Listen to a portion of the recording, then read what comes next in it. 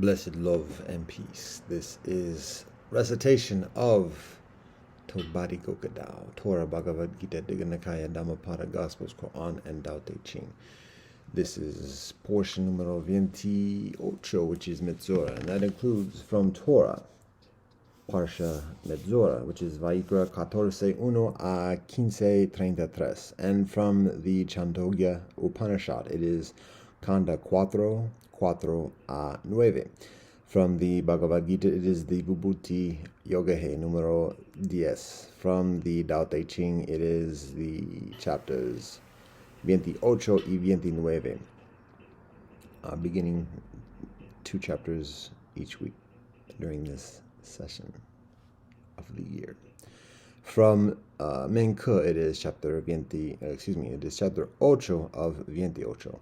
And from the Digha Nikaya, it is the Mahasudassana Sutta 17, chapter 1. From the Dhammapada, it is the Yamaka Bhaga, which is numero 1. And from the Gospels, it is Luke chapters 11 a 12. From the Quran, it is Surah Luqman, Surah As-Sajda, and Surah Al-Azab, which is numeros 31 a 33. And from the Kitab Yakdas, it is verse 134 a 152.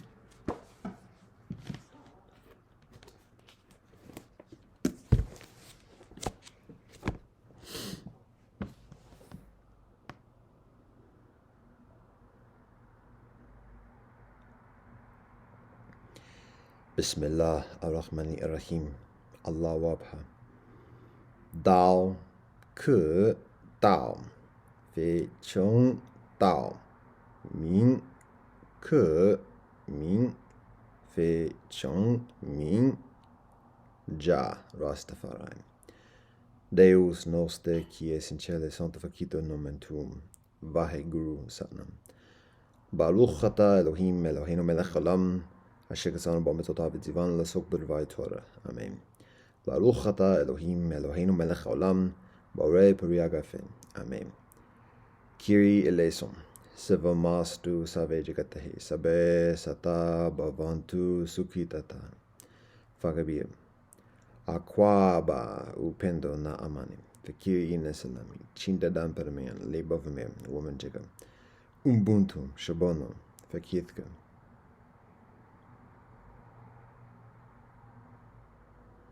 Session.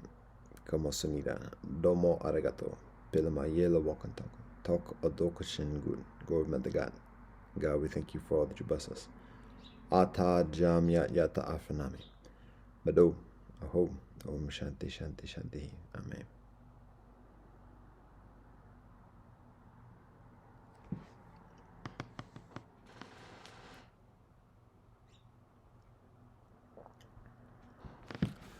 Torah, Metzora, Vaikra 14:1 a 15:33.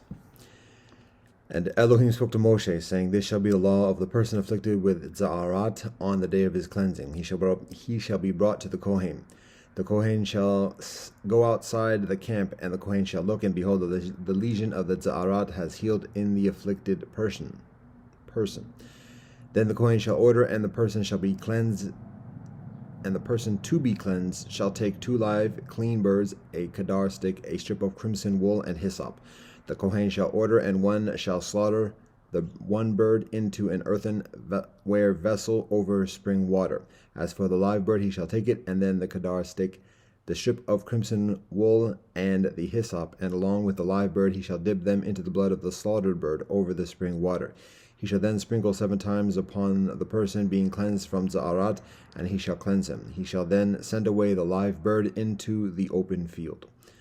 The person being cleansed shall then immerse his garments, shave off all his hair, and immerse himself in water and become clean. After this he may enter the camp, but he shall remain outside his tent for 7 days. It shall be on the 7th day that he shall shave off all his hair, that all of his head, his beard, his eyebrows, indeed all his hair he shall shave off. He shall then immerse his garments and immerse his flesh in water, thus becoming clean. And on the 8th day he shall take 2 unblemished male lambs, 1 unblemished ewe lamb in its first year, 3/10 of an ephah of fine flour mixed with olive oil as a meal offering, and 1 log of olive oil. And the Kohen who is performing the cleansing shall place the person being cleansed together with these things before Elohim at the entrance of the tent of meeting. And the Kohen shall take one male lamb and bring it as a gift offering along with a log of oil and wave them as a waving before Elohim. He shall slaughter the lamb in the place where one slaughters the sin offering and the burnt offering in a holy place. For regarding the Kohen's service, the guilt offering is like the sin offering, it is a holy of holies. The Kohen shall take some of the blood of the guilt offering, and the Kohen shall place it above the cartilage of the right ear of the person being cleansed, on the thumb of his right hand, and on the big toe of his right foot. And the Kohen shall take some of the log of oil and pour it onto the Kohen's left palm. The Kohen shall then dip his right index finger into some of the oil that is on his left palm, and sprinkle some of the oil with his index finger 7 times before Elohim. And some of the remainder of the oil that is in his palm the Kohen shall place on the cartilage of the right ear of the person being cleansed, on the thumb of his right hand, and on the big toe of his right foot, on top of the blood of the guilt offering. And what is left over from the oil that is in the Kohen's palm he shall place upon the head of the person being cleansed, and the Kohen shall effect atonement for him before Elohim. The Kohen shall then perform the service of the sin offering, and effect atonement for the person being cleansed of his uncleanness, and after this he shall slaughter the burnt offering. And the Kohen shall bring up the burnt offering and the meal offering to the altar. The Kohen shall thus effect atonement for him, and he shall be completely clean. But if he is poor and cannot afford these offerings, he shall take one male lamb as a guilt offering for a waving to effect atonement for him, and 1/10 of an ephah of fine flour mixed with oil as a meal offering, and a log of oil. And 2 turtle doves or 2 young doves, according to what he can afford. One shall be a sin offering, and one a burnt offering. And he shall bring them on the 8th day of his cleansing to the Kohen, to the entrance of the tent of meeting, before Elohim. And the Kohen shall take the guilt offering lamb and the log of oil, and the Kohen shall wave them as a waving before Elohim. And he shall slaughter the guilt offering lamb, and the Kohen shall take some of the blood of the guilt offerings and place it on the cartilage of the right ear of the person being cleansed, on the thumb of his right hand, and on the big toe of his right foot. And the Kohen shall then pour some of the oil into the left palm of the Kohen. And the Kohen shall sprinkle with his right index finger some of the oil that is in his left palm 7 times before Elohim. And the Kohen shall place some of the oil that is in his palm on the cartilage of the right ear of the person being cleansed, on the thumb of his right hand, and on the big toe of his right foot, on the place of the blood of the guilt offering. And what is left over from the oil is in the Kohen's palm. He shall place upon the head of the person being cleansed to effect atonement for him before Elohim.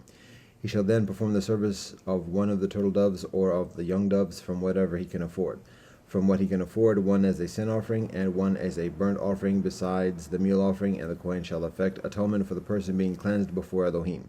This is the law of one in whom there is a legion of Za'arat, who cannot afford the full array of offerings when he is to be cleansed. And Elohim spoke to Moshe and unto Aaron, saying, When you come to the land of Canaan, which I am giving you as possession, and I place a legion of Za'arat upon a house in the land of your possession, and the one to whom the house belongs comes and tells the Kohen, saying, Something like a legion has appeared to me in the house, the Kohen shall order that they clear out the house before the Kohen comes to look at the legion, so that everything in the house should not become unclean. After this the Kohen shall come to look at the house, and he shall look at the legion. Now, if the legion in the walls of the house consists of dark green or dark red, sunken-looking stains appearing as if deeper than the wall, then the Kohen shall go out of the house to the entrance of the house, and he shall quarantine the house for 7 days. Then the Kohen shall return on the 7th day and look at the house. Now if the legion has spread in the walls of the house, the Kohen shall order that they remove the stones upon which the legion is found, and they shall cast them out. They shall cast them away outside the city to an unclean place. And he shall scrape out the house from the inside all around, and they shall pour out the clay dust from what they scraped outside the city into an unclean place. And they shall take other stones and bring them instead of those stones, and he shall take other clay dust and plaster the house. And if the legion returns and erupts in the house after he had removed the stones, and after the house had been scraped around, and after it had been plastered, then the Kohen shall come and look at it. Now if the legion in the house has spread, it is malignant Za'arat in the house, it is unclean. He shall demolish the house, its stones, its wood, and all the clay dust of the house, and he shall take them outside the city to an unclean place. And anyone entering the house during all the days of its quarantine shall become unclean until evening. And whoever lies down in the house shall immerse his garments, and whoever eats in the house shall immerse his garments. But if the Kohen comes again and looks at the lesion, and behold, the lesion did not spread in the house after the house has been plastered, the Kohen shall pronounce the house clean, because the lesion has healed. To ritually cleanse the house, he shall take 2 birds, a kedar stick, a strip of crimson wool, and hyssop. He shall slaughter 1 bird into an earthenware vessel over spring water. He shall take the kedar stick, the hyssop, the strip of crimson wool, and the live bird, and he shall dip them into the blood of the slaughtered bird and into the spring water, and sprinkle towards the house 7 times. And he shall thus cleanse the house with the blood of the bird, the spring water, the live bird, the kedar wood, the hyssop, and the strip of crimson wool. He shall then send away the live bird outside the city onto the open field. He shall thus effect atonement for the house, and it will be clean. All this is the law for every lesion of zarat, and for netek, and for zarat of garments and houses, and for a seyit, and for the sapachat, and for the bacharet, to render decisions regarding the day of uncleanness and the day of cleanness. This is the law of zarat. And Elohim spoke to Moshe and to Aaron, saying, Speak to the children of Israel, and say to them, If any man has a discharge from his flesh, his discharge is unclean. And this shall be the nature of his uncleanness due to his discharge. If his flesh runs with his discharge, or if his flesh is plugged up by his discharge, that is his uncleanness. Any bedding upon which the man with the discharge will lie shall become unclean, and any object upon which he will sit shall become unclean. And a man who touches his bedding shall immerse his garments and immerse himself in water, and he remain unclean until evening. And anyone who sits on an object upon which the man with the discharge will sit shall immerse his garments and immerse himself in water, and he shall remain unclean until evening. And anyone who touches the flesh of a man with a discharge shall immerse his garments and immerse himself in water, and he shall remain unclean until evening. And if the man with the discharge spits upon a clean person, that person shall immerse his garments and immerse himself in water, and he shall remain unclean until evening. Any riding gear upon which the man with the discharge will ride becomes unclean, and whoever touches anything what will be under him becomes unclean until evening. And whoever lifts them up shall immerse his garments and immerse himself in water, and he shall remain unclean until evening. And whomever the man with the discharge touches without the latter having rinsed his hands shall immerse his garments and immerse himself in the waters, and he shall remain unclean until evening. And an earthenware vessel which the man with the discharge will touch shall be broken, and any wooden vessel shall be rinsed in water. When the man with the discharge is cleansed of his discharge, he shall count 7 days for himself for his purification, and then immerse his garments and immerse his flesh in spring water, and he shall be clean. And on the 8th day he shall take for himself 2 turtle doves or 2 young doves, and come before Elohim to the entrance of the tent of meeting, and give them to the Kohen. And the Kohen shall make them, 1 into a sin offering and 1 into a burnt offering, and the Kohen shall effect atonement for him from his discharge before Elohim. A man from whom there is discharge of semen shall immerse all his flesh in water, and he shall remain unclean until evening. And any garment or any leather object which has semen on it shall be immersed in water, and he shall remain unclean until evening. A woman with whom a man cohabits, whereby there was a discharge of semen, they shall immerse in water, and they shall remain unclean until evening. If a woman has a discharge, her flesh discharging blood, she shall remain in her state of menstrual separation for 7 days, and whoever touches her shall become unclean until evening. And whatever she lies on during her menstrual separation shall become unclean, and whatever she sits on shall become unclean. And anyone who touches her bedding shall immerse his garments and immerse himself in water, and he shall remain unclean until evening. And anyone who touches any object upon which she will sit shall immerse his garments and immerse himself in water, and he shall remain unclean until evening. And if he is on the bedding or on the object upon which she is sitting, when he touches it, he becomes unclean until evening. If a man cohabits with her, the uncleanness of her menstruation shall be upon him, and he shall be unclean for 7 days, and any bedding he lies upon shall become unclean. And a woman whose flow of blood flows for many days outside of the time of her menstrual separation, or she has a discharge after her menstrual separation, then all the days she has her unclean discharge, she shall be unclean, just like the days of her menstrual separation. Any bedding upon which she lies during all the time of her discharge will have the same uncleanness for her as the bedding of her menstruation, and any object upon which she will sit shall become unclean, like her menstrual uncleanness. And anyone who touches them shall become unclean. He shall immerse his garments and immerse himself in water, and he shall remain unclean until evening. And if she becomes clean of her discharge, she shall count for herself 7 days, and after this she may be cleansed. And on the 8th day she shall take for herself 2 turtle doves or 2 young doves, and bring them to the Kohen to the entrance of the tent of meeting. And the Kohen shall make 1 into a sin offering and 1 into a burnt offering, and the Kohen shall effect atonement for her before Elohim from the uncleanness of her discharge. And you shall separate the children of Israel from their uncleanness, so that they will not die on account of their uncleanness, if they defile my sanctuary which is in their midst. This is the law of one who has a discharge, and one from whom semen issues, through which he becomes unclean, and for a woman who has her menstrual flow, and for one who has a discharge, whether male or female, and a man who cohabits with an unclean woman.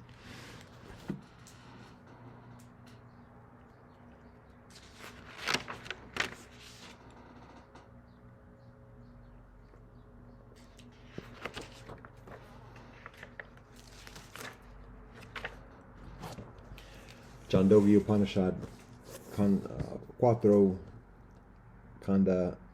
4a 9.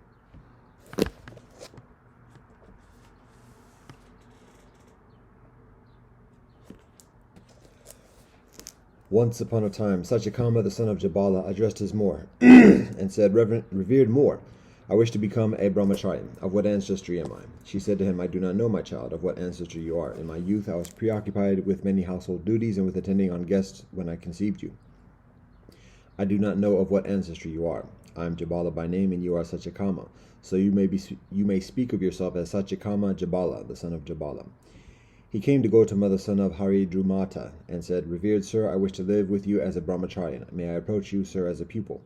Gautama said to him, Of what ancestry are you, dear friend? Satyakama said, I do not know, sir, of what ancestry I am. I asked my Moor about it, and she replied, In my youth I was preoccupied with many household duties and with attending on guests when I conceived you. I do not know of what ancestry you are. I am Jabala by name, and you are Satyakama. I am therefore, sir, Satyakama Jabala. Gautama said, None but a true Brahmin would thus speak. Fetch the fuel, dear friend, I shall initiate you. You have not departed from truth. He initiated Satyakama, having separated out 400 lean and weak cows from his herd, and he said, Dear friend, go with these. Driving them away towards the forest, Satyakama said, I shall not return until they become 1,000. He lived a number of years in the forest.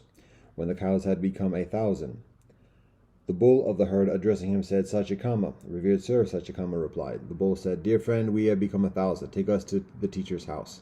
I will declare to you 1 foot of Brahman.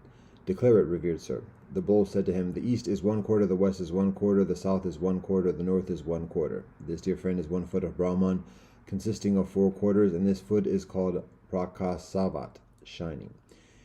He who knows this and meditates on the foot of Brahman, consisting of 4 quarters, as shining, becomes shining on this earth. He conquers shining worlds. He who knows this and meditates on the foot of Brahman, consisting of 4 quarters, as shining. The bull further said, Agni fire will declare to you another foot of Brahman. Satyakama then, when it was the manana, drove the cows in the direction of the teacher's house, and when they came together towards the evening, he lighted a fire, penned the cows, laid fuel on the fire, and sat down behind the fire, facing the east. Agni fire, addressing him, said, Satyakama. Revered sir, Satyakama replied. Dear friend, I will declare to you 1 foot of Brahman. Declare it, revered sir. Agni said to him, The earth is 1 quarter, the sky is 1 quarter, heaven is 1 quarter, the ocean is 1 quarter. This, dear friend, is 1 foot of Brahman, consisting of 4 quarters, and this foot is called Anantavat, endless. He who knows this and meditates on the foot of Brahman, consisting of 4 quarters, as endless, becomes endless on this earth. He conquers endless worlds. He who knows this and meditates on the foot of Brahman, consisting of 4 quarters, as endless. Agni further said, A Hamsa, swan, will declare to you another foot. Satyakama then, when it was the manana, drove the cows in the direction of the teacher's house, and when they came together towards evening, he lighted a fire, penned the cows, laid fuel on the fire, and sat down behind the fire, facing the east. Then a swan flew to him and said, Satyakama. Revered sir, Satyakama replied. Dear friend, I will declare to you 1 foot of Brahman. Declare it, revered sir. The swan said to him, Fire is 1 quarter, the soleil is 1 quarter, the moon is 1 quarter, lightning is 1 quarter. This, dear friend, is 1 foot of Brahman, consisting of 4 quarters, and this foot is called Jyoti Shmat, luminous. He who knows this and meditates on the foot of Brahman, consisting of 4 quarters, as luminous, becomes luminous on this earth. He conquers luminous worlds. He who knows this and meditates on the foot of Brahman, consisting of 4 quarters, as luminous. The swan further said, A Magdu, diver bird, will declare to you another foot. Satyakama then, when it was the manana, drove the cows in the direction of the teacher's house, and when they came together towards evening, he lighted a fire, penned the cows, laid fuel on the fire, and sat down behind the fire, facing the east. Then a diver bird flew to him and said, Satyakama. Revered sir, Satyakama replied. Dear friend, I will declare to you 1 foot of Brahman. Declare it, revered sir. The diver bird said to him, The prana is 1 quarter, the eye is 1 quarter, the ear is 1 quarter, the mind is 1 quarter. This, dear friend, is 1 foot of Brahman, consisting of 4 quarters, and this foot is called Ayatanavat, having support. He who knows this and meditates on the foot of Brahman, consisting of 4 quarters as Ayatanavat, possesses a support, a home on this earth. He conquers the worlds which offer a home. He who knows this and meditates on the foot of Brahman, consisting of 4 quarters as Ayatanavat. Satyakama reached the teacher's house. The teacher said to him, Satyakama, revered sir, Satyakama replied. The teacher said, Dear friend, you shine like one who knows Brahman. Who has taught you? Others than men, he replied, but I wish, revered sir, that you alone should teach me.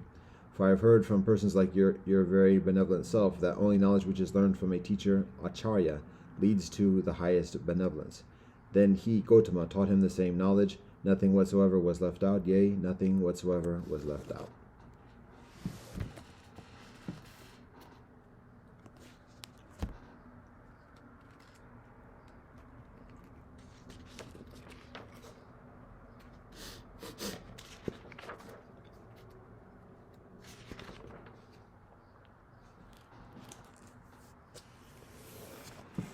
Bhagavad Gita, Vibhuti Yoga He numero 10. Sri Krishna says, Once further, O mighty Arjuna, listen to my supreme word, which I, from a desire for your well-being, will impart to you to your great delight. Neither the hosts of angels nor the great sages know my origin, for in all respects I am the source of the angels and the sages. He who knows that I am unborn and without a beginning, and also that I am the supreme master of the worlds, he undiluted amongst living beings is freed from all sins. Intelligence, knowledge, non-delusion, forbearance, truth, self-control, and calmness, pleasure and pain, birth and death, fear and fearlessness, non-injury, equanimity, contentment, austerity, charity, fame, and obloquy. These different attributes of beings arise from me alone. The 7 great sages and the 4 Manus of ancient times, endowed with my power, were born of my mind, and from them have sprung all the creatures in the world. He who knows in truth this glory and power of mine acquires unshakable devotion. Of this there is no doubt. I am the origin of all. From me all things evolve. The wise know this and worship me with all their heart. With their thought fixed on me, with their life absorbed in me, enlightening one another about me, and always conversing about me, they derive satisfaction and delight. On those who are ever devoted to me and worship me with love, I bestow the yoga of understanding, by which they come to me. Solely out of compassion for them, I, dwelling in their hearts, dispel with the shining lamp of wisdom the darkness born of ignorance. Arjuna says, You are the supreme Brahman, the supreme abode, the supreme holiness. All the sages have declared you to be the eternal self-luminous being, the first of the angels, unborn and all-pervading. Likewise have the sacred sages Narada, Asita, Devala, and Vyasa proclaimed. So too have you said unto me. I hold as true all that you have said to me, O Kesava. Verily neither the angels nor the demons, O Master, know your manifestations. You alone know yourself through yourself, O Supreme Being, O Creator of all beings, O Master of all beings, O God of angels, O Ruler of the world. You should indeed tell me in full your divine powers, whereby you pervade all the worlds and abide in them. How may I know you, O Yogi, by constant meditation? And what various things, O Master, are you to be contemplated by me? Tell me once further in detail, O Janardana, of your yoga powers and glories. I am never filled with hearing your ambrosial words. Sri Krishna says, I'll tell you now of my divine attributes, O best of the Kurus, only of those that are preeminent, for there is no limit to my extent. I am the self-Ogedakesa, seated in the hearts of all creatures. I am the beginning, the middle, and the end of all beings. Of the Adityas, I am Vishnu. Of lights, I am the radiant Soleil. I am Richi. Of the Maruts, and amongst the orbs of night, I am the moon. Of the Vedas, I am the Saman. Of the angels, I am Indra. Of the senses, I am the mind. And in living beings, I am intelligence. Of the rulers, I am Siva. Of the Yakshas and Rakshasas, I am Kuvera. Of the Vasus, I am fire. And of mountains, I am Meru. Of priests, O Partha, know me to be the chief Brihaspati. Of generals, I am Skanda. Of reservoirs of water, I am the ocean. Of the great rishis, I am Brigu, and of words, I am the monosyllable Om. Of offerings, I am the offering of Japa. Of immovable things, I am the Himalaya. Of all trees, I am the Ashvata, and of the Devarshis, I am Narada. Of the Gandharvas, I am Chitarata, and of the perfected ones, I am the sage of Kapila. Of weapons, I am the thunderbolt. Of cows, I am Kamaduk. I am Kandarpa, the cause of offspring, and of serpents, I am Vasuki. Of horses, know me to be Uche Sravas, born of the Amrita. Of masterly elephants, I am Airavata, and of men, I am the monarch. Of the Nagas, I am Ananta. Of the dwellers in water, I am Varuna. Of the peat trees, I am Aryama, and of those that practice self-control, I am Yama. Of the Daityas, I am Palada, and of measures, I am time. Of beasts, I am the lion, and of birds, I am Garuda. Of purifiers, I am the wind. Of warriors, I am Rama. Of fishes, I am the shark, and of rivers, I am the Ganges. Of created things, I am the beginning and the end, and also the middle, O Arjuna. Of all sciences, I am the science of the self, and in disputation, I am reason. Of letters, I am the letter A, and of compound words, I am the Dvanda. I am myself of inexhaustible time, and I am the dispenser facing everywhere. I am all-seizing death. I am the prosperity of those who are to be prosperous, and of female powers, I am glory, fortune, speech, memory, intelligence, constancy, and forbearance. Of the Saman hymns, I am the Briha Saman, and of the meters, I am the Gayatri. Of months, I am Margashirsha, and of seasons, I am the flowery spring. I am the gambling of cheats, I am the vigor of the strong, I am victory, I am effort, I am the quality of Sattva and the benevolent. Of the Yadavas, I am Vasudeva, and of the Pandavas, I am Arjuna. Of the sages, I am Vyasa, and of seers, I am Usanas the seer.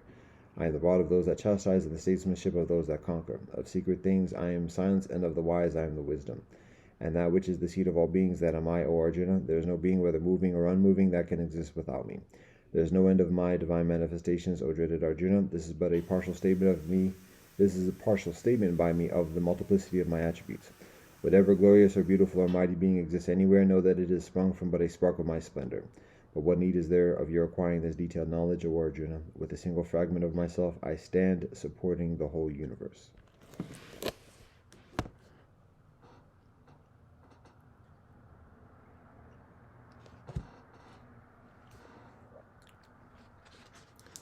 Tao Te Ching, 28 a 29. 28. Know the masculine. Hold to the feminine. Be the watercourse of the world. Being the watercourse of the world, the eternal virtue does not depart. Return to the state of the infant. Know the white, hold to the black. Be the standard of the world. Being the standard of the world, the eternal virtue does not deviate. Return to the state of the boundless. Know the honor, hold to the humility. Be the valley of the world. Being the valley of the world, the eternal virtue shall be sufficient. Return to the state of plain wood. Plain wood splits, then becomes tools. The sages utilize them, and then become leaders. Thus, the greater whole is undivided.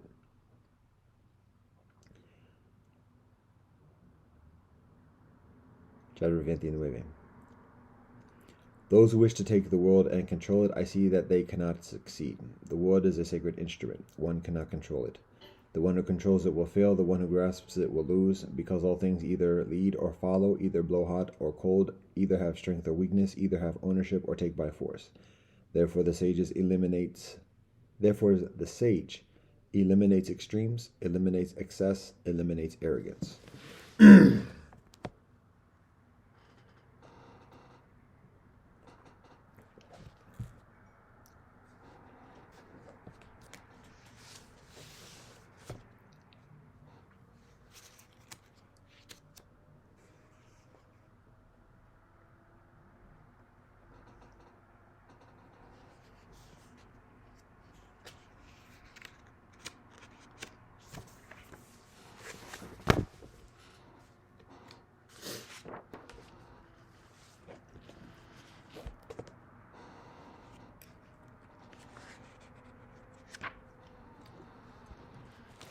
Menke, Chapter 8.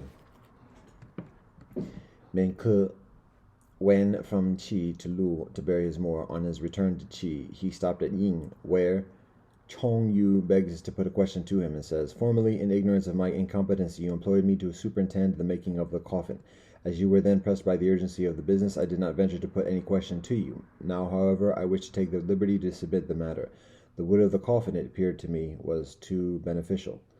Menko replies, "Anciently there was no rule for the size of either the inner or the outer coffin. In the middle antiquity, the inner coffin was made 7 inches thick, and the outer one of the same. This was done by all, from the sovereign to the common people, and not simply for the beauty of the appearance, but because they thus satisfied the natural feelings of their hearts.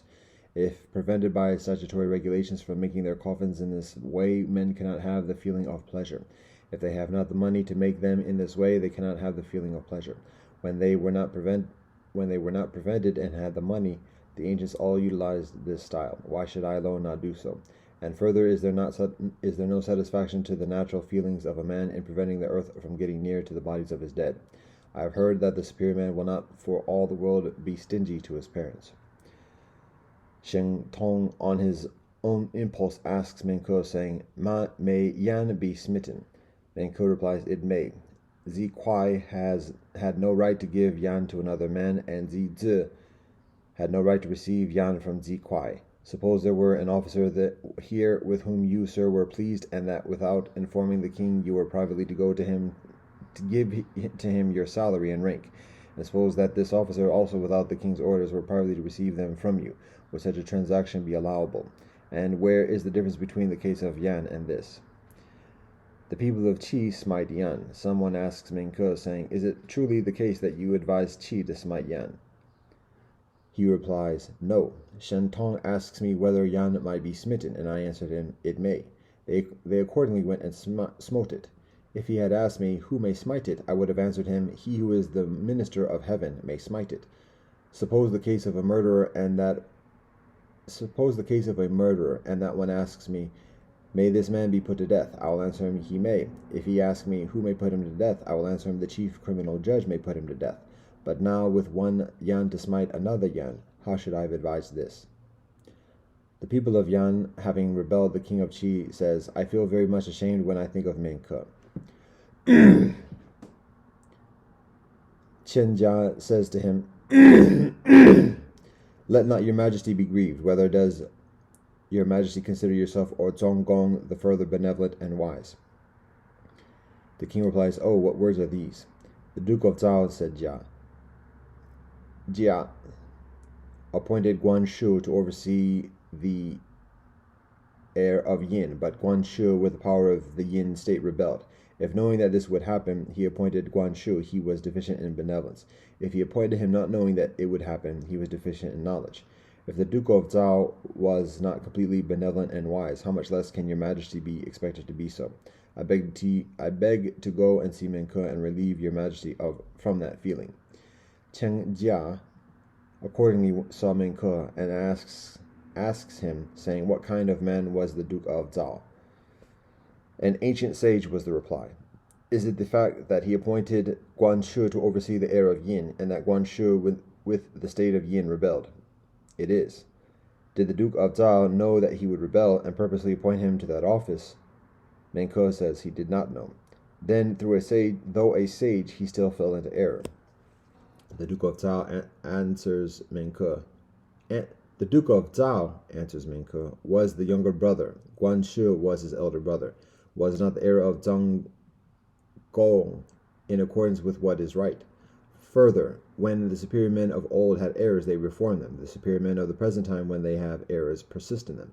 The errors of the superior men of old were like eclipses of the soleil and moon. All the people witnessed them, and when they had reformed them, all the people looked up to them with their former admiration. But do the superior men of the present day persist in their errors? They go on to apologize for them likewise. Mengke gave up his office and made arrangements for returning to his native state. The king comes to visit him and says, "Formerly I wished to see you, but in vain. Then I got the opportunity of being by your side, and all my court joyed exceedingly along with me. Now again you abandon me, and are returning home. I do not know if hereafter I may expect to have another opportunity of seeing you." Mengke replies, "I dare not request permission to visit you at any particular time, but indeed it is what I desire." Another day the king says to the officer Shi, "I wish to give Mengke a house somewhere in the middle of the kingdom, and to support his disciples with allowance of 10,000 zong, that all the officers and the people may have such an example to reverence and imitate. Had you not better tell him this for me?" She took advantage to convey this message by means of the disciple Chen, who reports his words to Mengke. Mengke says, "Yes, but how should the officer Shi know that the thing could not be? Suppose that I wanted to be rich, having formerly declined 100,000 zong. Would now accepting 10,000 be the conduct of one desiring riches?" Ji Sun says, "A strange man was Zi Shi Yi. He pushed himself into the service of government. His prince declining to employ him, he had to retire indeed, but he again schemed that his son or younger brother should be made a higher officer. Who indeed is there of men but wishes for riches and honor? But he only amongst the seekers of these tried to monopolize the conspicuous mound. Of old time, the market dealers exchanged the articles which they had for others which they had not, and simply had certain officers to keep order amongst them. It happened that there was a mean fellow who made it a point to look out for a conspicuous mound, and get up upon it. Then he looked right and left to catch in his net the whole gain of the market. The people all thought his conduct mean, and therefore they proceeded to lay a tax upon his wares. The taxing of traders took its rise from this mean fellow. Mengke, having taken his leave of Qi, is passing the night in Zhao. A person who wishes to detain him on behalf of the king comes and sits down and begins to speak to him. Menko gives him no answer, but leans upon his stool and sleeps. The visitor is displeased and says, I pass the night in careful vigil before I would venture to speak to you, and you, master, sleep and do not listen to me. Allow me to request that I may not again presume to see you. Menko replies, sit down and I will explain the case clearly to you. Formerly, if the Duke Mao had not kept a person by the side of Zisu, he could not have induced Zisu to remain with him. If Che Le and Shan Tong had not had a remembrancer by the side of the Duke Mao, he would not have been able to make them feel at home and remain with him. You anxiously form plans with reference to me, but you do not treat me as Zizi was treated. Is it you, sir, who cut me, or is it I who cut you? When Menko leaves Qi, Yin Shi speaks about him to others, saying, if he did not know that the king could not be made a Tong or a Wu, that showed his want of intelligence. If he knew that he could not be made such, and came notwithstanding, that shows he was seeking his own benefit. He came 1,000 li to wait on the king, because he did not find in him a ruler to suit him. He took his leave, but how dilatory and lingering was his departure, stopping 3 nights before he quitted Zhao. I am dissatisfied on this account. I am dissatisfied on account of this. The disciple Gao informs Menko of these remarks. Menko says, how should Yin Shi know me? When I came 1,000 li to wait on the king, it was what I desired to do. When I went away because I did not find in him a ruler to suit me, was that what I desired to do? I felt myself constrained to do it. When I stopped 3 nights before I quitted Zhao, in my own mind, I still considered my departure speedy. I was hoping that the king might change.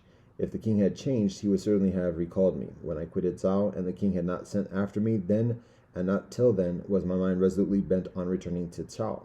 But notwithstanding that, how can it be said that I give up the king? The king, after all, is one who may be made to do what is benevolent. If he were to utilize me, would it be for the happiness of the people of Qi only? It would be for the happiness of the people of the whole kingdom. I am hoping that the king will change. I am daily hoping for this. Am I like one of your little-minded people?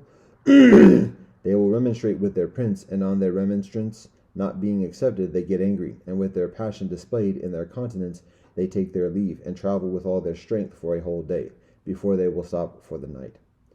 When Yin Shi hears this explanation, he says, I am indeed a small man.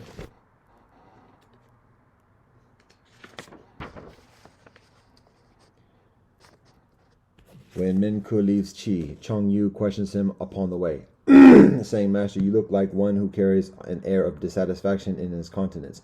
But formerly I heard you say, the superior man does not murmur against heaven, nor grudge against men. Menko says, that was one time, and this is another. It is a rule that a true royal sovereign should arise in the course of 500 years, and that during that time there should be men illustrious in their generation. From the commencement of the Zhao dynasty till now, further than 700 years have elapsed. Judging numerically, the date is past. Examining the character of the present time, we might expect the rise of such individuals in it, but heaven does not yet wish that the kingdom should enjoy tranquility or benevolent order. If it wished this, who is there besides me to bring it about? How should I be otherwise than dissatisfied? When Menko leaves Qi, he dwells in Ci. There Gong Sung Chao asks him, saying, was it the way of the ancients to hold office without receiving salary?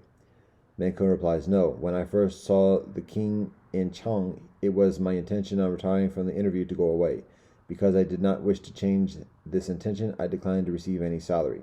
Immediately after, there came orders for the collection of troops, when it would have been improper for me to beg permission to leave. But to remain so long in Qi was not my purpose.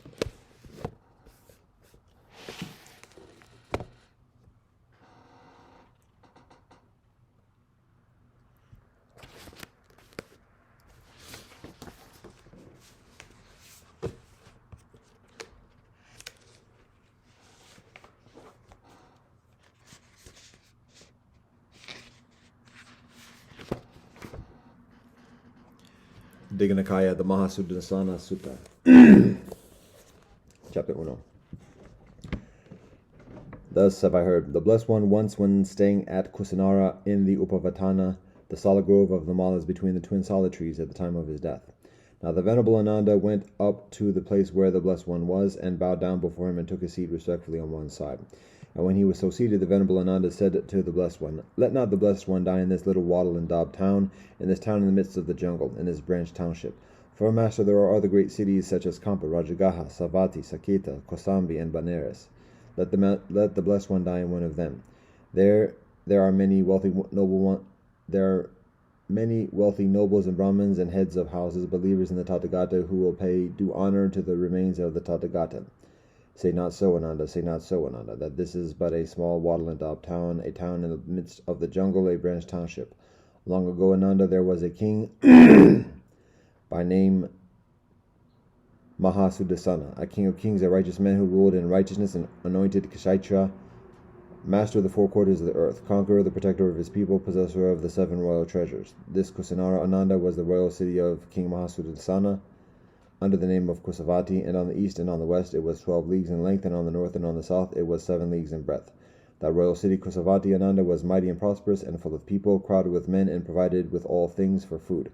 Just Ananda, as the royal city of the angels, Alakamanda by name, is mighty, prosperous, and full of people, crowded with the angels, and provided with all kinds of food. So Ananda was the royal city, Kusavati, mighty and prosperous, full of people, crowded with men, and provided with all kinds of food, both by day and by night. Ananda, the royal city Kusavati, resounded with the 10 cries. That is to say, the noise of elephants, and the noise of horses, and the noise of chariots, and the sounds of the drum, the tabor, and of the lute, the sound of singing, and the sounds and of the cymbal, and of the gong, and lastly with the cry, "Eat, drink, and be merry." The royal city Kusavati Ananda was surrounded by 7 ramparts. Of these, 1 rampart was of gold, and 1 of silver, and 1 of beryl, and 1 of crystal, and 1 of agate, and 1 of coral, and 1 of all kinds of gems.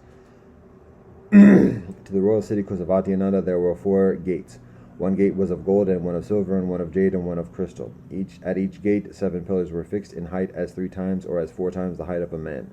And 1 pillar was of gold, and 1 of silver, and 1 of beryl, and 1 of crystal, and 1 of agate, and 1 of coral, and 1 of all kinds of gems. The royal city Kusavati Ananda was surrounded by 7 rows of palm trees. 1 row was of palms of gold, and 1 of silver, and 1 of beryl, and 1 of crystal, and 1 of agate, and 1 of coral, and 1 of all kinds of gems. And the golden palms had trunks of gold and leaves and fruits of silver. The silver palms had trunks of silver and leaves and fruits of gold. The palms of beryl had trunks of beryl and leaves and fruits of crystal. And the crystal palms had trunks of crystal and leaves and fruits of beryl. And the agate palms had trunks of agate and leaves and fruits of coral. And the coral palms had trunks of coral and leaves and fruits of agate. And the palms of every kind of gem had trunks and leaves and fruits of every kind of gem.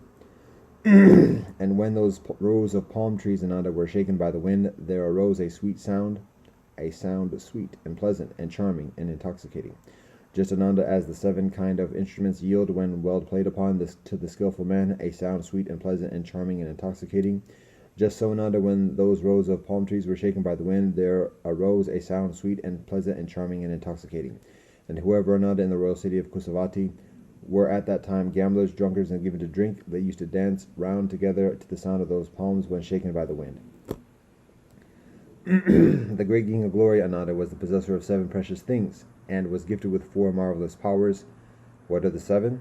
In the first place, Ananda, when the great King of Glory on the Upasada day, on the day of the full moon, had purified himself and had gone up into the upper story of his palace to keep the sacred day, there then appeared to him the heavenly treasure of the wheel, with its nave, its tire, and all its 1,000 spokes complete. When he beheld it, the great King of Glory thought, "This saying have I heard, when the king of the warrior race and anointed king has purified himself on the Upasada day, on the day of the full moon, and has gone up into the upper story of his palace to keep the sacred day. If there appeared to him the heavenly treasure of the wheel, with its nave, its tire, and all its 1,000 spokes complete, that king becomes a king of kings invincible. May I then become a king of kings invincible." Then Ananda, the great King of Glory, rose from his seat, and reverently uncovering from one shoulder his robe, he held in his left hand a pitcher, and with his right hand he sprinkled water up over the wheel, as he said, "Roll onward, O my master, the wheel, O my master, go forth and overcome." Then the wondrous wheel, Ananda, rolled onwards towards the region of the east, and after it went the great King of Glory, and with him his army, horses and chariots, and elephants and men. And in whatever place Ananda the wheel stopped, there the great King of Glory took up his abode, and with him his army, horses and chariots, and elephants and men. Then Ananda, all the rival kings in the region of the east, came to the great king of glory and said, "Well, come, O king, come, O mighty king, welcome, O mighty king, all is thine, O mighty king. Do thou, O mighty king, be a teacher to us." Thus spake the great king of glory.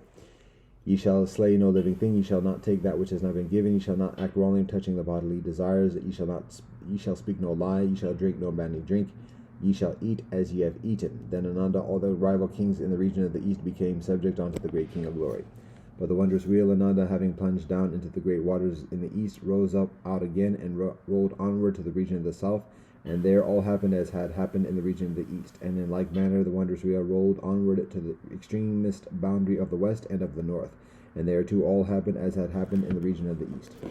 Now when the wondrous wheel, Ananda, had gone forth conquering, and to conquer over the whole earth to its very ocean boundary, it returned back again to the royal city of Kusavati and remained fixed on the open terrace in front of the entrance to the inner apartments of the great king of glory, as a glorious adornment to the inner apartments of the great king of glory. Such Ananda was the wondrous wheel which appeared to the great king of glory. Now further Ananda, there appeared to the great king of glory the elephant treasure, all white, sevenfold, firm, wonderful in the power, flying through the air, flying through the sky. The elephant king, whose name was the changes of the moon. When he beheld it, the great king of glory was pleased at heart at the thought auspicious were to ride upon that elephant, if only it would submit to be controlled. Then Ananda, the wondrous elephant, like a fine elephant of noble blood, long since well trained, submitted to control. When, as before Ananda, the great king of glory, to test that wondrous elephant, mounted onto it early in the matin, it passed over along the broad earth to its very ocean boundary, and then returned again in time for the matin meal to the royal city of Kusavati. Such Ananda was the wondrous elephant that appeared to the great king of glory. Now further Ananda, there appeared to the great king of glory the horse treasure, all white with a black head and a dark mane, wonderful in power, flying through the sky, the charger king, whose name was Thundercloud. When he beheld it, the great king of glory was pleased at heart at the thought auspicious were to ride upon that horse, if only it would submit to be controlled. Then Ananda, the wondrous horse, like a fine horse of the best blood, long since well trained, submitted to control. When, as before Ananda, the great king of glory, to test that wondrous horse, mounted onto it early in the matin, it passed over along the broad earth to its very ocean boundary, and then returned again in time for the matin meal to the royal city of Kusavati. Such Ananda was the wondrous horse that appeared to the great king of glory. Now further Ananda, there appeared to the great king of glory the gem treasure. That gem was the Valuria, bright, of the finest species, with 8 facets, excellently wrought, clear, transparent, perfect in every way. The splendor, Ananda, of that wondrous gem spread around about on a league on every side. When, as before Ananda, the great king of glory, to test that wondrous gem, set all his fourfold army in array and raised aloft the gem upon his standard top, he was able to march out in the gloom and darkness of the night. And then to Ananda, all the dwellers in the villages round about set about their daily work, thinking the daylight has appeared. Such Ananda was the wondrous gem that appeared to the great king of glory. Now further Ananda, there appeared to the great king of glory the woman treasure, graceful in figure, beautiful in appearance, charming in manner, and of the most fine complexion, neither very tall nor very short, neither very stout nor very slim, neither very dark nor very fair. Surpassing human beauty, she had attained on to the beauty of the angels. The touch to Ananda of the skin of that wondrous woman was as the touch of cotton or of cotton wool. In the cold her limbs were warm, in the heat her limbs were cool, whilst from her body was wafted the perfume of sandalwood, and from her mouth the perfume of the lotus. That pearl amongst women too, Ananda, used to rise up before the great king of glory, and after him retire to rest. Pleasant was she in speech, and ever on the watch to hear what she might do, in order so to act as to give him pleasure. That pearl amongst women too, Ananda, was never in thought, even in thought, unfaithful to the great king of glory. How much less then could she be so with the body? Such Ananda was the pearl amongst women who appeared to the great king of glory. Now further Ananda, there appeared unto the great king of glory a wonderful treasurer, possessed through benevolent deeds done in a former birth of a marvelous power of vision, by which he could discover treasure, whether it had an owner or whether it had not. He went up to the great king of glory and said, Do thou, O king, take thine case. I'll deal with thy wealth, even as wealth should be dealt with. Then, as before Ananda, the great king of glory, to test that wonderful treasure, went on board a boat and had it pushed out into the current in the midst of the river Ganges. Then he said to the wonderful steward, I have need, O treasure of yellow gold. Let the ship then, O great king, go alongside either of the banks. It is here, O treasurer, that I have need of yellow gold. Then the wonderful treasurer reached down to the water with both his hands and drew up a jar full of yellow gold, and said to the great King of Glory, "Is that enough, O great King? Have I done enough, O great King?" And the great King of Glory replied, "It is enough, O treasurer. You have done enough, O treasurer. You have offered me enough, O treasurer." Such was the wonderful treasurer Ananda, who appeared to the great King of Glory. Now therefore Ananda there appeared to the great King of Glory a wonderful advisor, learned, clever, and wise, and qualified to lead the great King of Glory to undertake what he ought to undertake, and to leave undone what he ought to leave undone. He went up to the great King of Glory and said, "Do thou, O King, take thine ease. I will be thy guide." Such Ananda was a wonderful advisor who appeared to the great King of Glory.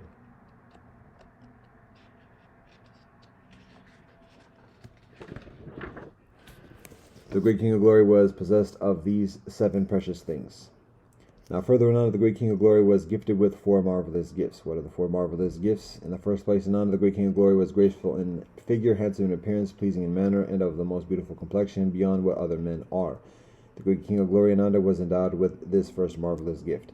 And besides that, Ananda, the great King of Glory, was of long life and of many years, beyond those of other men. The great King of Glory, Ananda, was endowed with this second marvelous gift.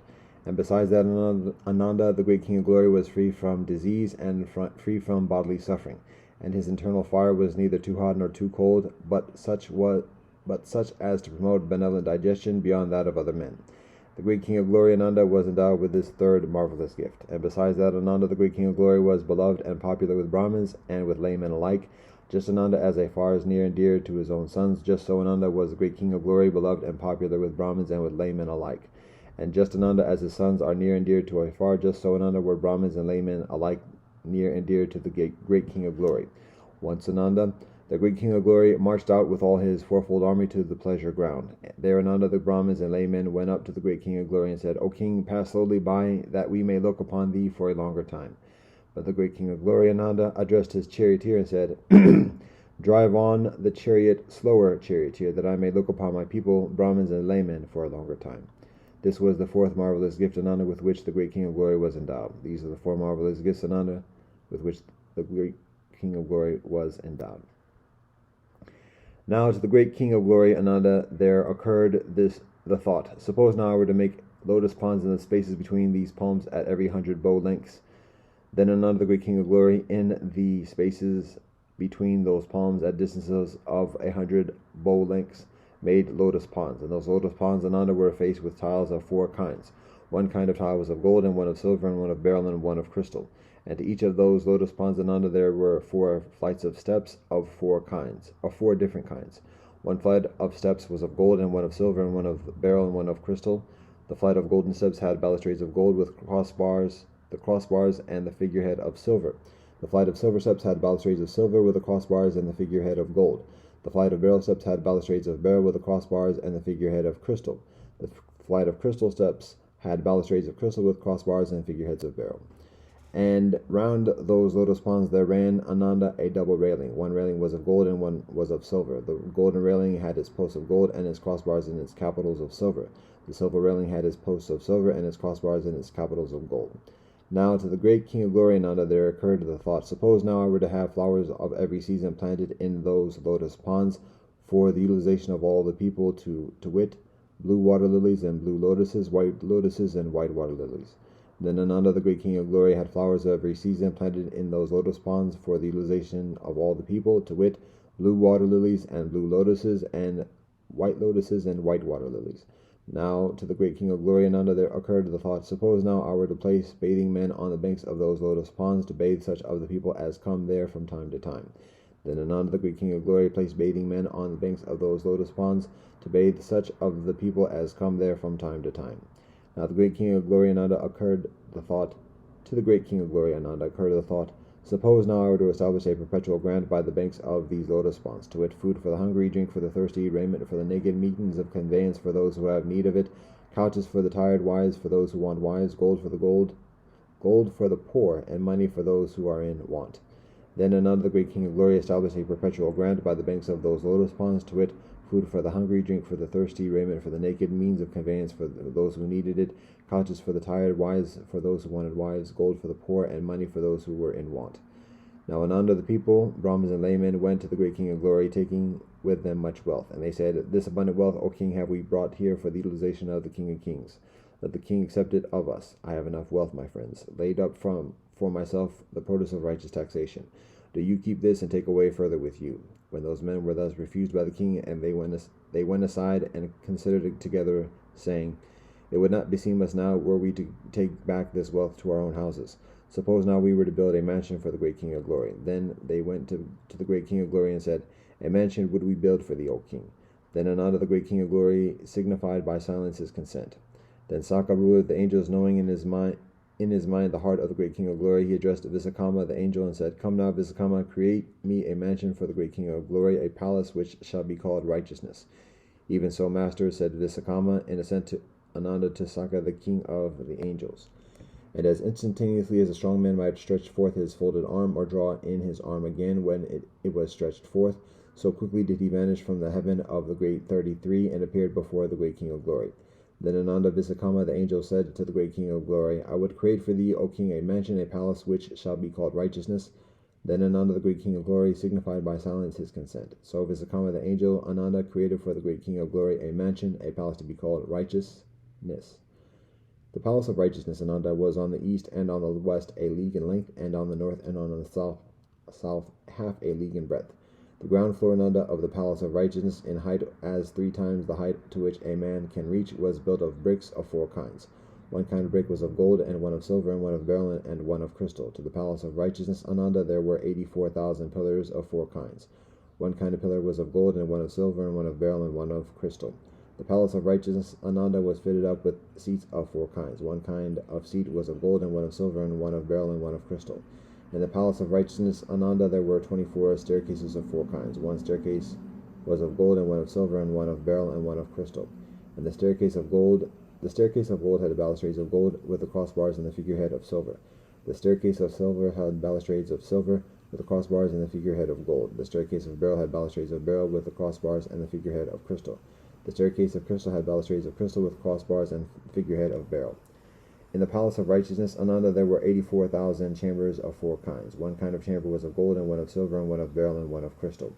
In the golden chamber a silver couch was spread, in the silver chamber a golden couch, in the beryl chamber a couch of ivory, and in the crystal chamber a couch of coral.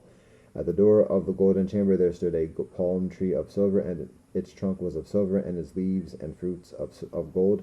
At the door of the silver chamber there stood a palm tree of gold, and its trunk was of gold, and its leaves and fruits of silver. At the door of the beryl chamber there stood a palm tree of crystal, and its trunk was of crystal, and its leaves and fruits of beryl. At the door of the crystal chamber there stood a palm tree of beryl, and its trunk was of beryl, and its leaves and fruits of crystal. Now there occurred anon to the great King of Glory this thought. Suppose now I were to make a grove of palm trees, all of gold, at the entrance to the chamber of the great complex, under the shade of which I may pass the heat of the day. Then Ananda, the great King of Glory, made a grove of palm trees, all of gold, at the entrance to the chamber of the great complex, under the shade of which he might pass the heat of the day. The palace of righteousness, Ananda, was surrounded by a double railing. One railing was of gold, and one was of silver. The golden railing had its posts of gold, and its crossbars and its figurehead of silver. The silver railing had its posts of silver, and its crossbars and its figurehead of gold. The palace of righteousness, Ananda, was hung round with 2 networks of bells. One network of bells was of gold, and one was of silver. And when those networks of bells, Ananda, were shaken by the wind, there arose a sound sweet and pleasant and charming and intoxicating. Just, Ananda, as the 7 kind of instruments yield, when well played upon, to the skillful man, a sound sweet and pleasant and charming and intoxicating, just even so, Ananda, when those networks of bells were shaken by the wind, there arose a sound sweet and pleasant and charming and intoxicating. And whoever, Ananda, in the royal city Kusavati were at that time gamblers, drunkards, and given to drink, they used to dance round together to the sound of those networks of bells when shaken by the wind. When the palace of righteousness, Ananda, was finished, it was hard to look at, destructive to the eyes. Just, Ananda, as in the last month of the rains in the autumn time, when the sky has become clear and the clouds have vanished away, the soleil springing up along the heavens is hard to look at and destructive to the eyes. Just so, Ananda, when the palace of righteousness was finished, was it hard to look at and destructive to the eyes. Now there occurred anon to the great King of Glory this thought. Suppose now in front of the palace of righteousness I were to make a lotus lake to bear the name of righteousness. Then Ananda, the great King of Glory, made a lotus lake to bear the name of righteousness. The lake of righteousness, Ananda, was on the east and on the west a league in length, and on the north and on the south half a league in breadth. The lake of righteousness, Ananda, was faced with tiles of 4 kinds. One kind of tile was of gold, and one of silver, and one of beryl, and one of crystal. The lake of righteousness Ananda had 24 flights of steps of 4 different kinds. One flight of steps was of gold, and one of silver, and one of beryl, and one of crystal. The flight of golden steps had balustrades of gold with the crossbars and the figurehead of silver. The flight of silver steps had balustrades of silver with the crossbars and the figurehead of gold. The flight of beryl steps had balustrades of beryl with the crossbars and the figurehead of crystal. The flight of crystal steps had balustrades of crystal with crossbars and figureheads of beryl. Round the lake of righteousness Ananda there ran a double railing. One railing was of gold and one was of silver. The golden railing had its posts of gold and its crossbars and its capitals of silver. The silver railing had its posts of silver and its crossbars and its capitals of gold. The lake of righteousness Ananda was surrounded by 7 rows of palm trees. One row was of palms of gold, and one of silver, and one of beryl, and one of crystal, and one of agate, and one of coral, and one of all kinds of gems. And the golden palms had trunks of gold and leaves and fruits of silver, and the silver palms had trunks of silver and leaves and fruits of gold, and the palms of beryl had trunks of beryl and leaves and fruits of crystal, and the crystal palms had trunks of crystal and the leaves and fruits of beryl. And the agate palms had trunks of agate and leaves and fruits of coral, and the coral palms had trunks of coral and leaves and fruits of agate. And the palms of every kind of gem had trunks and leaves and fruits of every kind of gem. And when those rows of palm trees Ananda were shaken by the wind, there arose a sound sweet and pleasant and charming and intoxicating, just Ananda as the 7 kind of instruments yield when well played upon to the skillful man a sound sweet and pleasant and charming and intoxicating. Just so Ananda, when those rows of palm trees were shaken by the wind, there arose a sound sweet and pleasant and charming and intoxicating. And whoever Ananda in the royal city of Kusavati were at that time gamblers, drunkards, and given to drink, they used to dance round together to the sound of those palms when shaken by the wind. When the palace of righteousness Ananda was finished, and the lotus lake of righteousness was finished, the great king of glory entertained with all benevolent things those of the samanas who at the time were held in high esteem, and those of the Brahmins who at that time were held in high esteem. Then he ascended up into the palace of righteousness.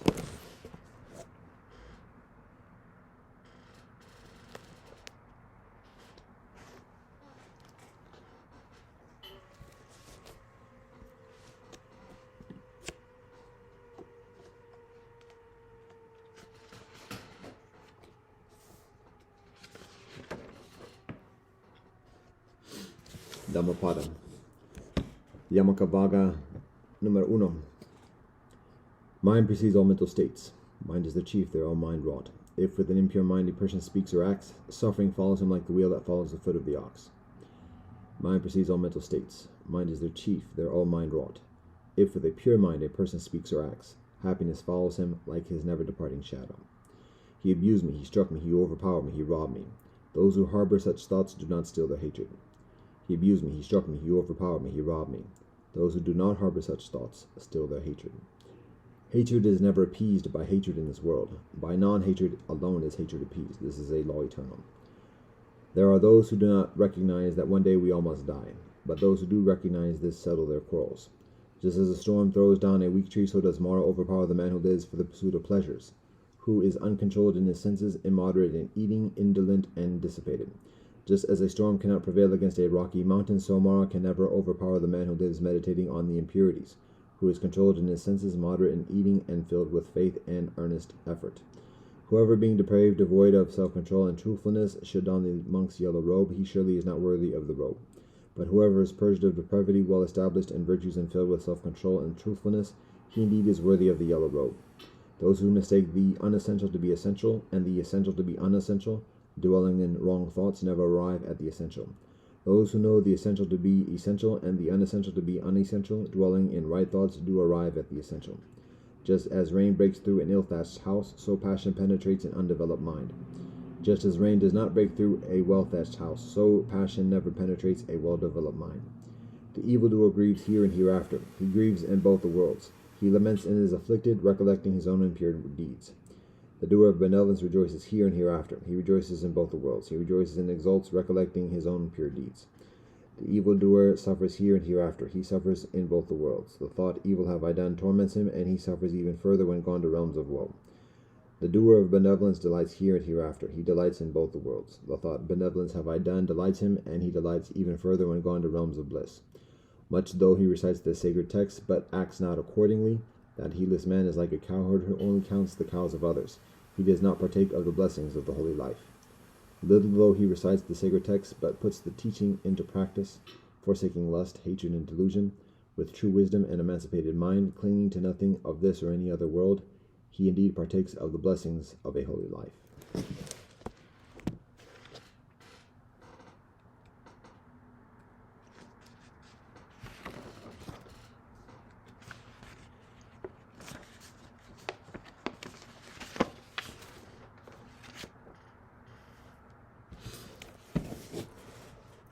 Gospels, Luke 11:12. One day, Jesus was praying in a certain place. When he finished, one of his disciples said to him, Master, teach us to pray just as John taught his disciples. He said to them, when you pray, say, Creator, hallowed be your name. Your sovereignty come. Give us each day our daily bread. Forgive us our sins, for we also forgive everyone who sins against us. And lead us not into temptation. Then Jesus said to them, suppose you have a friend, and you go to him at midnight and say, Friend, lend me 3 loaves of bread. A friend of mine on a journey has come to me, and I have no food to offer him. And suppose the one inside answers, Don't bother me. The door is already locked, and my children and I are in bed. I can't get up and give you anything. I tell you, even though he will not get up and give you the bread because of friendship, yet because of your shameless audacity, he will surely get up and give you as much as you need. So I say to you, ask and it will be given to you, seek and you will find, knock and the door will be opened to you. For everyone who asks receives, the one who seeks finds, and to the one who knocks the door will be opened. Which of you fars, if your son asks for a fish, will give him a snake instead? Or if he asks for an egg, will give him a scorpion? If you then, though you are evil, know how to give benevolent gifts to your children, how much further will your Creator in heaven give the Holy Spirit to those who ask God? Jesus was driving out a demon that was mute. When the demon left, the man who had been mute spoke, and the crowd was amazed. But some of them said, By Beelzebub, the prince of demons, he is driving out demons. Others tested him by asking for a sign from heaven. Jesus knew their thoughts and said to them, Any kingdom divided against itself will be ruined, and a house divided against itself will fall. If Satan is divided against himself, how can his kingdom stand? I say this to you because you claim that I drive out demons by Beelzebub. Now if I drive out demons by Beelzebub, by whom do your followers drive them out? So then they will be your judges. But if I drive out demons by the finger of God, then the sovereignty of God has come upon you. When a strong man, fully armed, guards his house, his possessions are safe. But when someone stronger attacks and overpowers him, he takes away the armor in which the man trusted and divides up his plunder. Whoever is not with me is against me, and whoever does not gather with me scatters. When an impure spirit comes out of a person, it goes through arid places, seeking rest, and does not find it. Then it says, I will return to the house I left. When it arrives, it finds the house swept clean and put in order. Then it goes and takes 7 other spirits further wicked than itself, and they go in and live there. And the final condition of that person is worse than the first. As Jesus was saying these things, a woman in the crowd called out, Blessed is the more who gave you birth and nursed you. He replied, Blessed rather are those who hear the word of God and obey it. As the crowds increased, Jesus said, This is a wicked generation. It asks for a sign, but none will be given it except the sign of Jonah. For as Jonah was a sign to the Ninevites, so also will the Son of Man be to this generation. The queen of the south will rise at the judgment with the people of this generation and condemn them, for she came from the ends of the earth to listen to Solomon's wisdom, and now something greater than Solomon is here. The men of Nineveh will stand up at the judgment with this generation and condemn it, for they repented at the preaching of Jonah, and now something greater than Jonah is here. No one lights a lamp and puts it in a place where it will be hidden or under a bowl. Instead, they put it on its stand so that those who come in may see the light. Your eye is the lamp of your body. When your eyes are healthy, your whole body will be full of light. But when they are unhealthy, your whole body will be your body also is full of darkness. See to it then that the light within you is not darkness. Therefore, if your whole body is full of light, and no part of it dark, it will be just as full of light as when a lamp shines its light on you. When Jesus had finished speaking, a Pharisee invited him to eat with him. So he went in and reclined at the table. But the Pharisee was surprised when he noticed that Jesus did not first wash before the meal. Then the master said to him, Now then, you Pharisees clean the outside of the cup and dish, but inside you are full of greed and wickedness. You foolish people, did not the one who made the outside make the inside also? But now as for what is inside, be generous to the poor, and everything will be clean for you. Woe to you, Pharisees, because you give God 1/10 of your mint, rue, and all kinds of garden herbs, but you neglect justice and the love of God. You should have practiced the latter without leaving the former undone. Woe to you, Pharisees, because you love the most important seats in the synagogues and respectful greetings in the marketplaces. Woe to you, because you are like unmarked graves which people walk over without knowing. One of the experts in the law answered him, Teacher, when you say these things, you insult us also. Jesus replied, "And you experts in the law, woe to you, because you load people down with burdens they can hardly carry, and you yourselves will not lift one finger to help them. Woe to you, because you build tombs for the prophets, and it was your ancestors who killed them. So you testify that you approve of what your ancestors did. They killed the prophets, and you build their tombs. Because of this, God in God's wisdom said, I will send them prophets and apostles, some of whom they will kill, and others they will persecute. Therefore this generation will be held responsible for the blood of all the prophets that has been shed since the beginning of the world, from the blood of Abel to the blood of Zechariah, who was killed between the altar and the sanctuary. Yes, I tell you, this generation will be held responsible for it all. Woe to you, experts in the law, because you have taken away the key to knowledge. You yourselves have not entered, and you have hindered those who were entering." When Jesus went outside, the Pharisees and the teachers of the law began to oppose him fiercely and to besiege him with questions, waiting to catch him in something he might say. Meanwhile, when a crowd of many thousands had gathered, so that they were trampling on one another, Jesus began to speak first to his disciples, saying, "Be on your guard against the yeast of the Pharisees, which is hypocrisy. There is nothing concealed that will not be disclosed, or hidden that will not be made known. What you have said in the dark will be heard in the daylight, and what you have whispered in the ear in the inner rooms will be proclaimed from the rooftops. I tell you, my friends, do not be afraid of those who kill the body, and after that can do no further. But I will show you whom you should fear. Fear God, who, after your body has been killed, has authority to throw you into hell. Yes, I tell you, fear God. Are not 5 sparrows sold for 2 pennies? Yet not one of them is forgotten by God. Indeed, the hairs of your head are all numbered. Don't be afraid, you are worth further than many sparrows. I tell you, whoever publicly acknowledges me before others, the Son of Man will also acknowledge before the angels of God. But whoever disowns me before others will be disowned before the angels of God. And everyone who speaks a word against the Son of Man will be forgiven, but anyone who blasphemes against the Holy Spirit will not be forgiven. When you are brought before synagogues, rulers, and authorities, do not worry about how you will defend yourselves or what you will say, for the Holy Spirit will teach you at that time what you should say." Someone in the crowd said to him, "Teacher, tell my brother to divide the inheritance with me." Jesus replied, "Man, who appointed me a judge and an arbiter between you?" Then he said to them, "Watch out, be on your guard against all kinds of greed. Life does not consist in abundance of possessions." He told them this parable. The ground of a certain rich man yielded an abundant harvest. He thought to himself, "What shall I do? I have no place to store my crops." Then he said, "This is what I'll do. I will tear down my barns and build bigger ones, and there I will store my surplus grain. And I'll say to myself, you have plenty of grain laid out for many years. Take life easy, eat, drink, and be merry." But God said to him, "You fool, this very night your life will be demanded from you. Then who will get what you have prepared for yourself? This is how it will be with whoever stores up things for themselves, but is not rich towards God." Then Jesus said to his disciples, "Therefore I tell you, do not worry about your life, what you will eat, or about your body, what you will wear. For life is further than food, and the body further than clothes. Consider the ravens. They do not sow or reap. They have no storeroom or barn, yet God feeds them. How much further valuable you are than birds. Who of you, by worrying, can add a single hour to your life? Since you cannot do this very little thing, why do you worry about the rest? Consider how the wild flowers grow. They do not labor or spin. Yet I tell you, not even Solomon in all his splendor was dressed like one of these. If that is how God clothes the grass of the field, which is here today and mañana is thrown into the fire, how much further will God clothe you, you of little faith?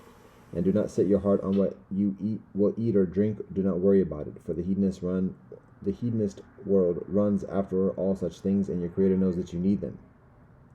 But seek God's sovereignty, and these things will be given to you as well.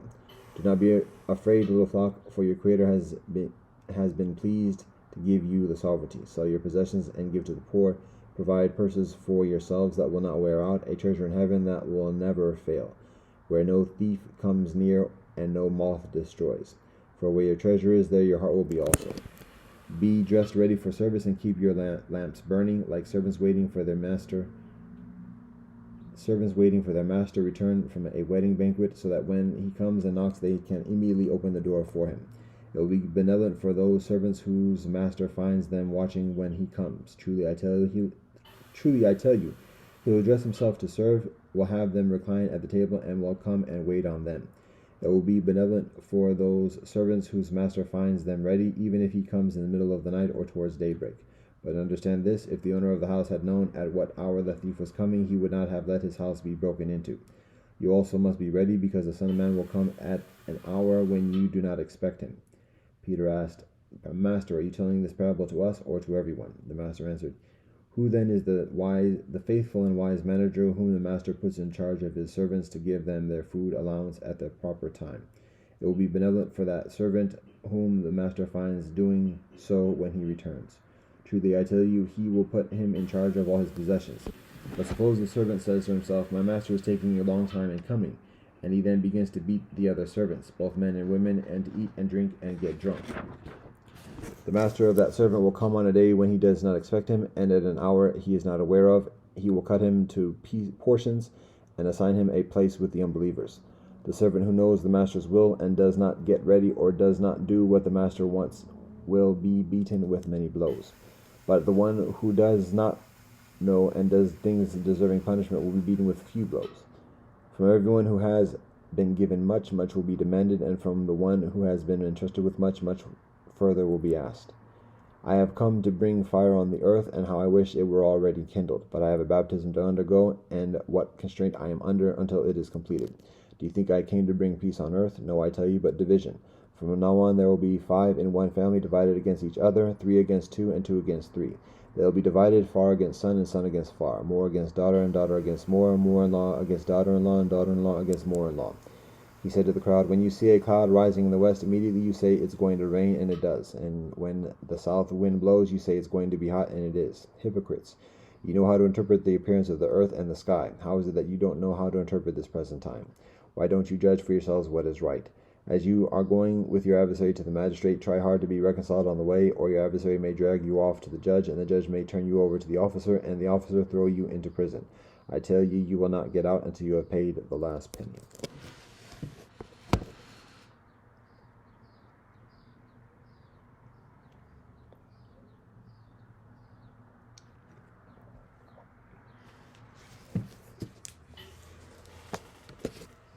The Quran. Surah Luqman, Surah Al-Sajda, and Surah Al-Azab, 31-33. Surah Luqman, 31. Bismillah ar-Rahman ar-Rahim. In the name of Allah, most gracious, most merciful. Alif Lam Mim. These are the verses of the wise book, a guide and a mercy to the doers of benevolence, those who establish regular prayer and give regular charity, and have in their hearts the assurance of the hereafter. These are on true guidance from their Lord, and these are the ones who will prosper. But there are amongst men those who purchase idle tales without knowledge or meaning to mislead men from the path of Allah, and throw ridicule on the path. For such there will be a humiliating penalty. When our signs are rehearsed to such a one, he turns away in arrogance as if he heard them not, as if there were deafness in both his ears. Announce to him a grievous penalty. For those who believe and work righteous deeds, there will be gardens of bliss. To dwell therein, the promise of Allah is true, and Allah is exalted in power wise.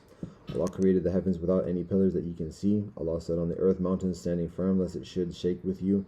And Allah scattered through it beasts of all kinds. We send down rain from the sky and produce on the earth every kind of noble creature in pairs. Such is the creation of Allah. Now show me what is there that others besides Allah have created. Nay, but the transgressors are in manifest error. We bestowed in the past wisdom on Luqman. Show thy gratitude to Allah. Any who is so grateful does so to the benefit of his own soul. But if any is ungrateful, verily Allah is free of all wants, worthy of all praise. Behold, Luqman said to his son by way of instruction, O my son, join not and worship others with Allah, for false worship is indeed the highest wrongdoing. And we have enjoined on man to be benevolent to his parents. In travail upon travail did his mother bear him, and in years twain was his weaning. Hear the command, show gratitude to me, and to thy parents, to me is thy final goal. But if they strive to make thee join in worship with me things of which thou hast no knowledge, obey them not, yet bear them company in this life with justice and consideration, and follow the way of those who turn to me in love.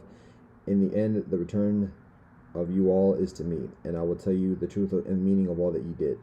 O my son, said Luqman, if there be but the weight of a mustard seed, and it were hidden in a rock or anywhere in the heavens or on earth, Allah will bring it forth. For Allah understands the finest mysteries and is well acquainted with them. O my son, establish regular prayer, enjoin what is just, and forbid what is wrong, and bear with patient constancy whatever betide thee. for this is firmness of purpose in the conduct of affairs. And swell not thy cheek for pride at men, nor walk in insolence through the earth, for Allah loveth not any arrogant boaster. And be moderate in thy pace, and lower thy voice, for the harshest of sounds without doubt is the braying of the ass. Do ye not see that Allah has subjected to you your utilization all things in the heavens and on earth, and has made Allah's bounty flow to you in exceeding measure, both seen and unseen? Yet there are amongst men those who dispute about Allah without knowledge and without guidance and without a book to enlighten them. When they are told to follow the revelation that Allah has sent down, they say, Nay, we shall follow the ways that we found our fathers following.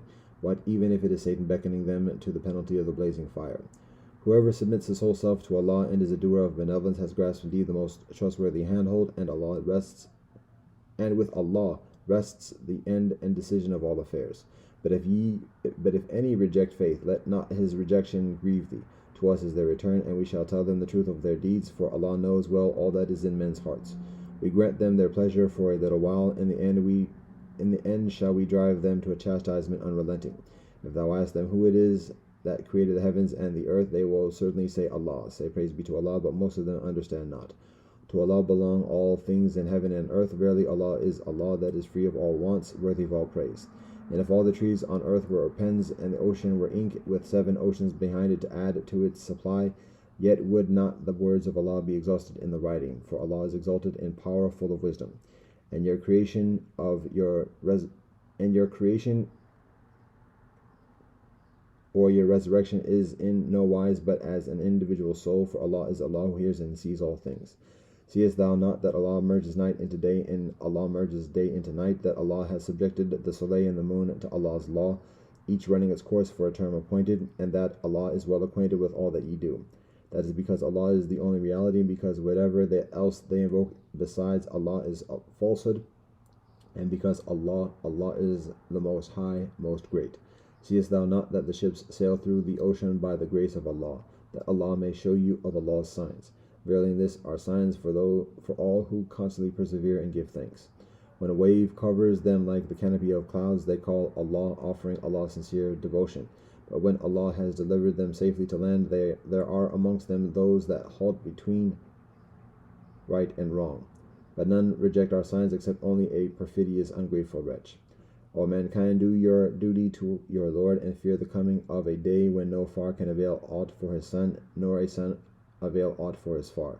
Verily the promise of Allah is true. Let not then this present life deceive you, nor let the chief deceiver deceive you about Allah. Verily the knowledge of the hour is with Allah alone. It is Allah who sends down rain, and Allah who knows what is in the wombs, nor does anyone know what it is that he will earn on the mañana, nor does anyone know in what land he is to die. Verily with Allah is full knowledge, and Allah is acquainted with all things.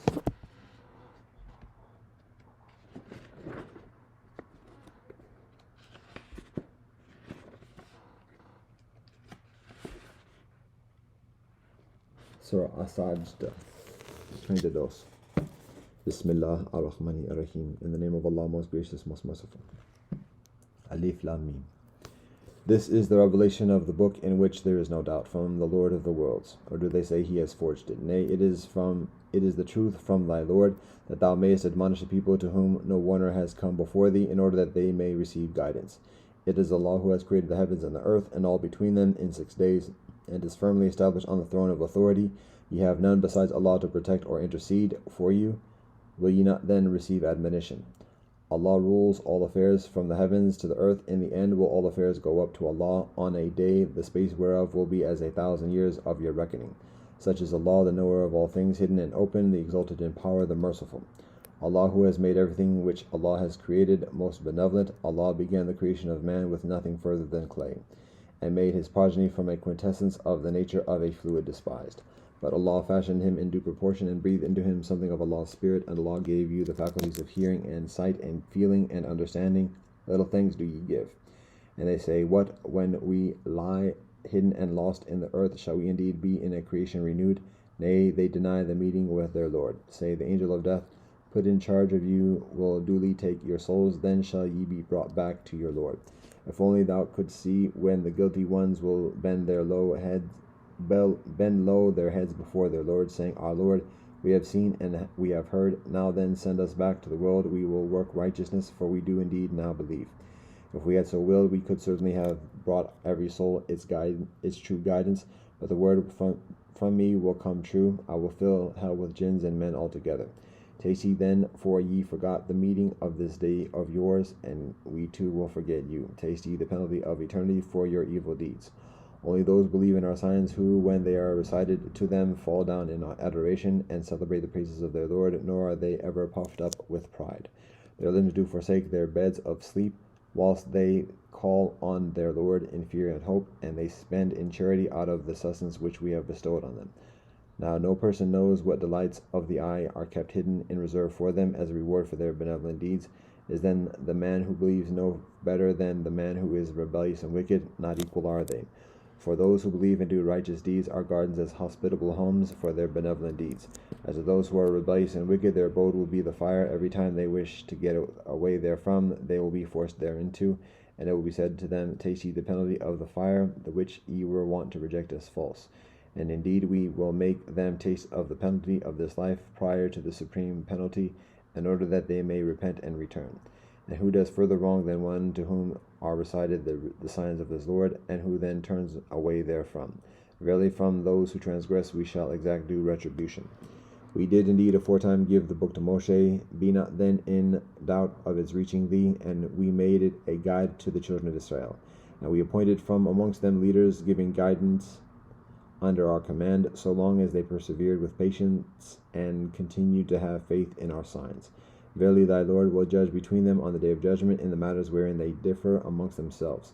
Does it not teach them a lesson, how many generations we destroyed before them, in whose dwellings they now go to and fro? Verily that our signs do they not then listen? And do they not see that we do drive rain to parched soil bare of herbage, and produce therewith crops, providing food for their cattle and themselves? Have they not the vision? They say, When will this decision be, if ye are telling the truth? Say, On the day of decision no benefit will it be to the unbelievers if they then believe, nor will they be granted a respite. So turn away from them and wait, they too are waiting.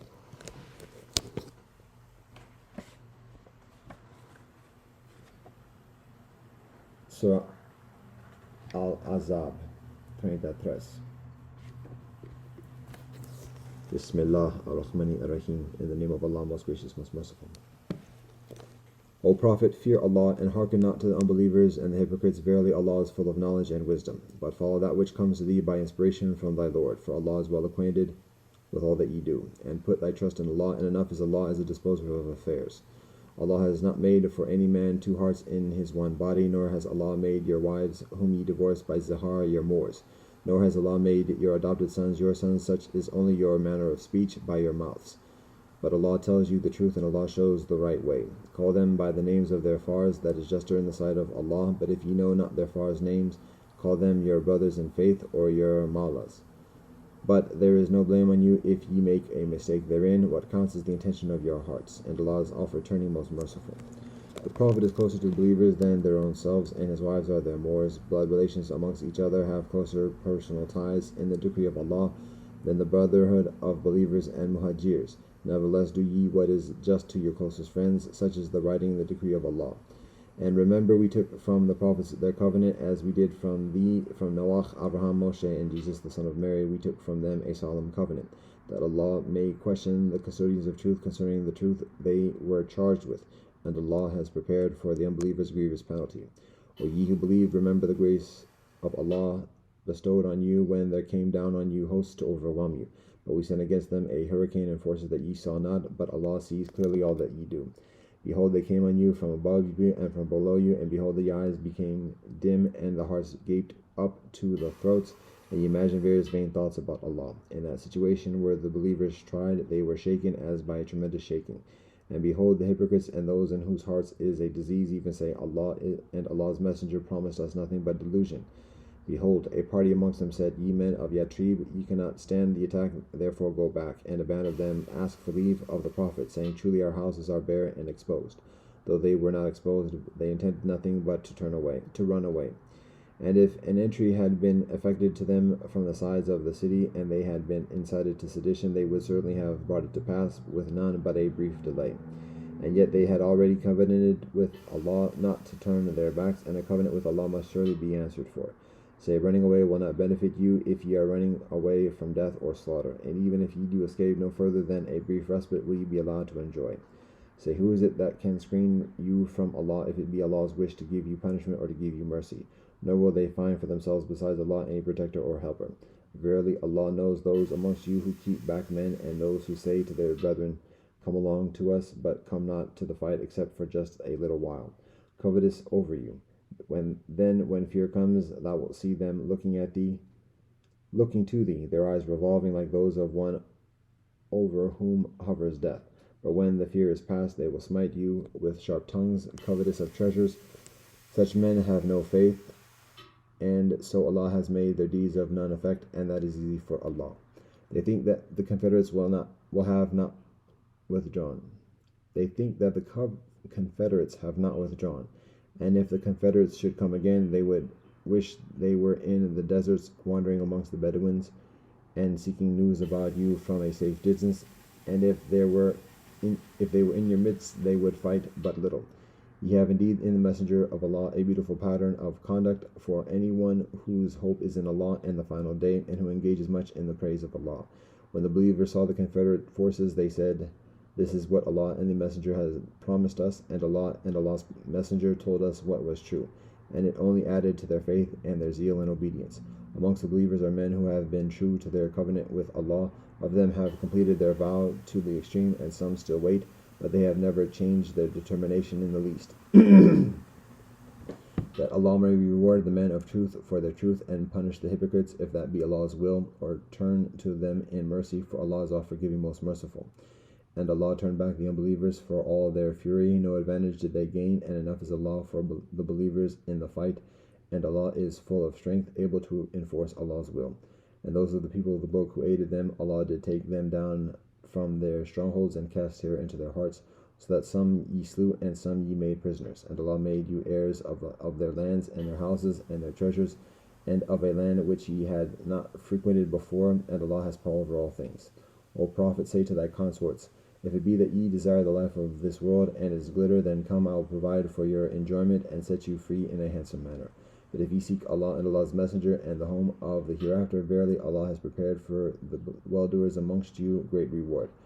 O consorts of the Prophet, if any of you were guilty of evident unseemly conduct, the punishment would be doubled to her, and that is easy for Allah. But any of you that is devout in the service of Allah and Allah's Messenger and works righteousness, to her shall we grant her reward twice, and we have prepared for her a generous sustenance. O consorts of the Prophet, ye are not like any of the other women. If ye do fear Allah, be not too complacent of speech, lest one in whose heart is a disease should be moved with desire. But speak ye a speech that is just. And stay quietly in your houses, and make not a dazzling display that like that of the former times of ignorance, and establish regular prayer, and give regular charity, and obey Allah and Allah's Messenger. And Allah only wishes to remove all abomination from you, ye members of the family, and to make you pure and spotless. And recite what is rehearsed to you in your homes of the signs of Allah and Allah's wisdom, for Allah understands the finest mysteries and is well acquainted with them. For Muslim men and women, for believing men and women, for devout men and women, for true men and women, for men and women who are patient and constant, for men and women who humble themselves, for men and women who give in charity, for men and women who fast and deny themselves, for men and women who guard their chastity, and for men and women who engage much in Allah's praise. For them has Allah prepared forgiveness and great reward. It is not fitting for a believer, man or woman, when a matter has been decided by Allah and Allah's Messenger, to have any option about their decision. If anyone disobeys Allah and Allah's Messenger, he is indeed on a clearly wrong path. Behold, thou didst say to one who had received the grace of Allah and thy favor, retain thou in wedlock thy wife, and fear Allah. But thou didst hide in thy heart that which Allah was about to make manifest. Thou didst fear the people, but it is further fitting that thou shouldst fear Allah. Then when Zayd had dissolved his marriage with her, with the necessary formality, we joined her in marriage to thee, in order that in future there may be no difficulty to the believers in the matter of marriage with the wives of their adopted sons, when the latter have dissolved with the necessary formality their marriage with them, and Allah's command must be fulfilled. There can be no difficulty to the Prophet in what Allah has indicated to him as a duty. It was the practice approved of Allah amongst those of old that have passed away, and the command of Allah is a decree determined. It is the practice of those who preach the messages of Allah and fear none but Allah, and enough is Allah to call men to account. Muhammad is not the far of any of your men, but he is the messenger of Allah and the seal of the prophets, and Allah has full knowledge of all things. O ye who believe, celebrate the praises of Allah, and do this often, and glorify Allah mata and evening. Allah it is who sends blessings on you, and do Allah's angels, that Allah may bring you out from the depths of darkness into light, and Allah is full of mercy to the believers. Their salutation on the day they meet Allah will be peace, and Allah has prepared for them a generous reward. O Prophet, truly we have sent thee as a witness, a bearer of glad tidings and warner, and as one who invites Allah's grace by Allah's leave, and as a lamp spreading light. Then give the great glad tidings to the believers that they shall have from Allah a very great bounty. And obey not the behests of the unbelievers and the hypocrites, and heed not their annoyances, but put thy trust in Allah, for enough is Allah as a disposer of affairs. O ye who believe, when ye marry believing women, and then divorce them before ye have touched them, no period of iddat have ye to count in respect of them, so give them a present, and set them free in a handsome manner. O Prophet, we have made lawful to thee thy wives to whom thou hast paid their dowers, and those whom thy right hand possesses out of their prisoners of war, whom Allah has assigned to thee, and daughters of thy paternal uncles and aunts, and daughters of thy maternal uncles and aunts, whom I migrated from Makkah with thee, and any believing woman who dedicates her soul to the Prophet, if the Prophet wishes to wed her. This is only for thee, and not for the believers at large. We know what we have appointed for them as to their wives, and the captives whom their right hands possess, in order that there should be no difficulty for thee, and Allah is all forgiving, most merciful.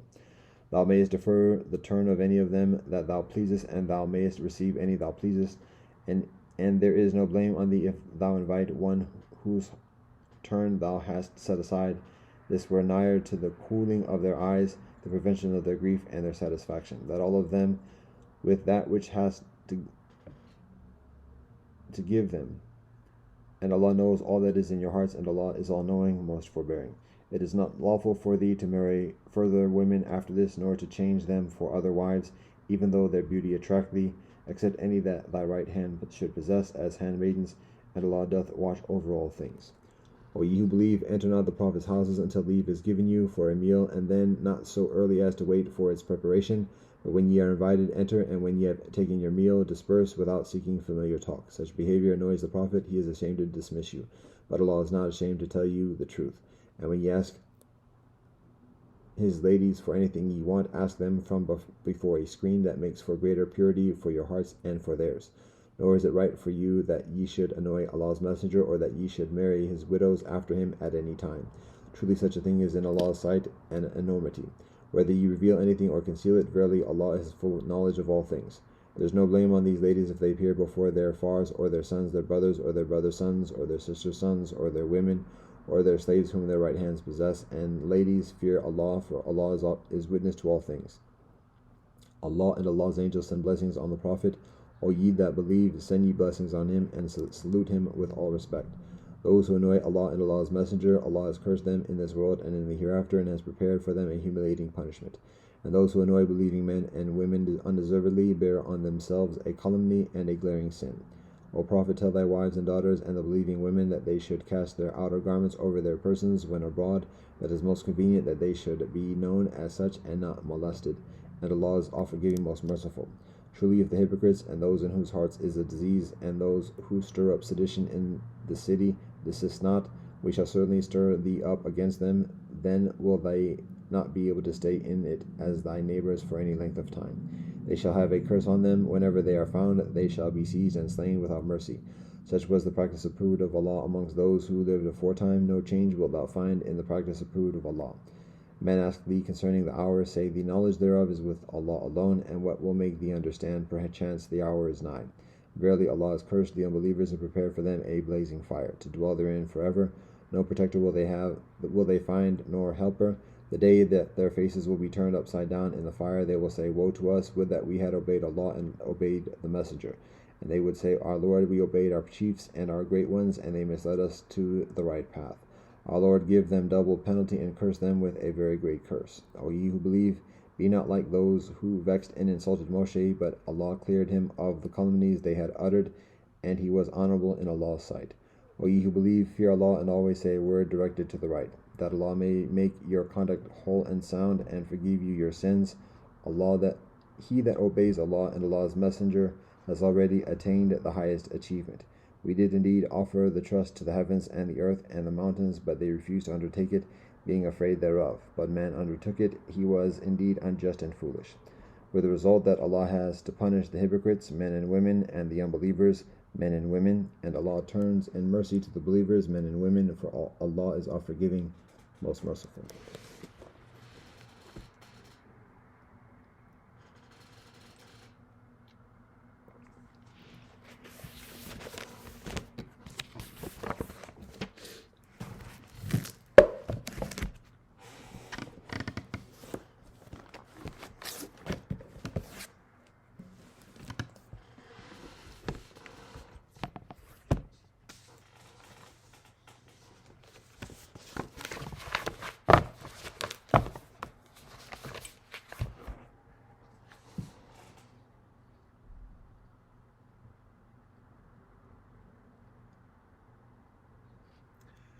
Kitab Yaqdas, verse 134 a 152.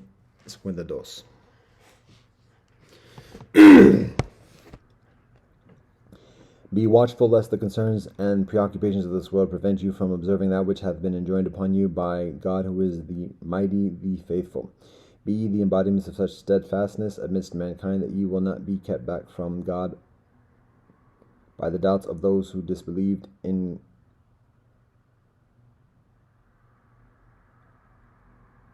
God, when God manifested God's self, invested with a mighty sovereignty. Take heed lest ye be prevented by aught that hath been recorded in the book from hearkening unto this, the living book, who proclaimeth the truth. Verily there is none deity but me, the most excellent, the all-praised. Look ye with the eye of equity upon he who hath descended from the heaven of divine will and power, and be not of those who act unjustly.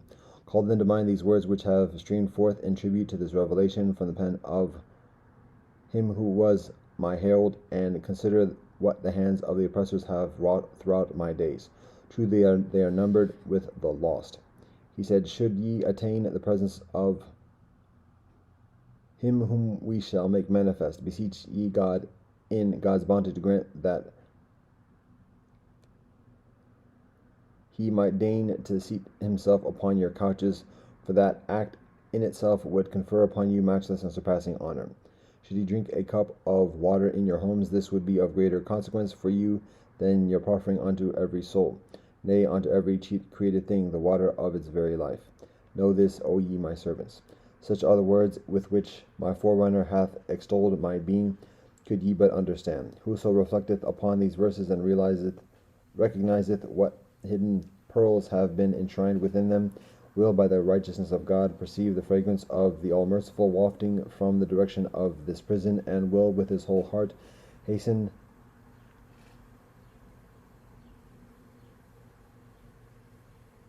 unto God with such ardent longing that the hosts of earth and heaven would be powerless to deter him. Say, this is a revelation around which every proof and testimony doth circle. Thus hath it been sent down by your Lord, the God of mercy. If it be of them that judge aright, say, this is the very soul of all scriptures, which hath been breathed into the pen of the Most High, causing all created beings to be dumbfounded, save only those who have been enraptured by the gentle breezes of my loving kindness and the sweet savors of my bounties, which have pervaded the whole of creation. O people of the Bayan, fear ye the most merciful, and consider what God hath revealed in another passage. God said, the Qibla is indeed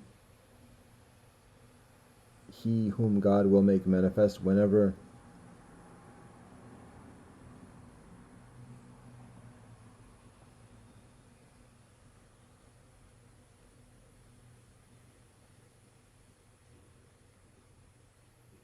he moveth, it move.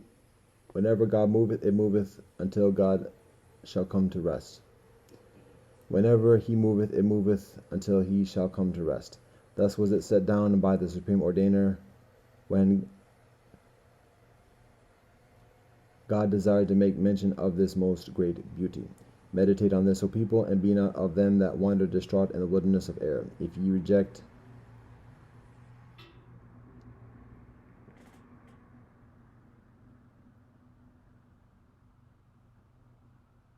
him at the bidding of your idle fancies. Where then is the Qibla to which ye will turn, O assemblage of the heedless? Ponder ye this verse, and judge equitably before God, that haply ye may glean the pearls of mysteries from the ocean that surgeth in my name, the all-glorious, the Most High.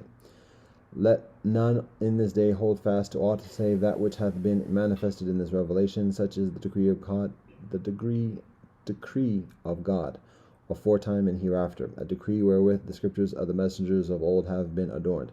Such is the admonition of the Lord aforetime and hereafter, an admonition wherewith the preamble to the book of life hath been embellished, did ye but perceive it. Such is the commandment of the Lord aforetime and hereafter. Beware lest ye choose instead the part of ignominy and abasement. Naught shall avail you in this day but God, nor is there any refuge to flee to save.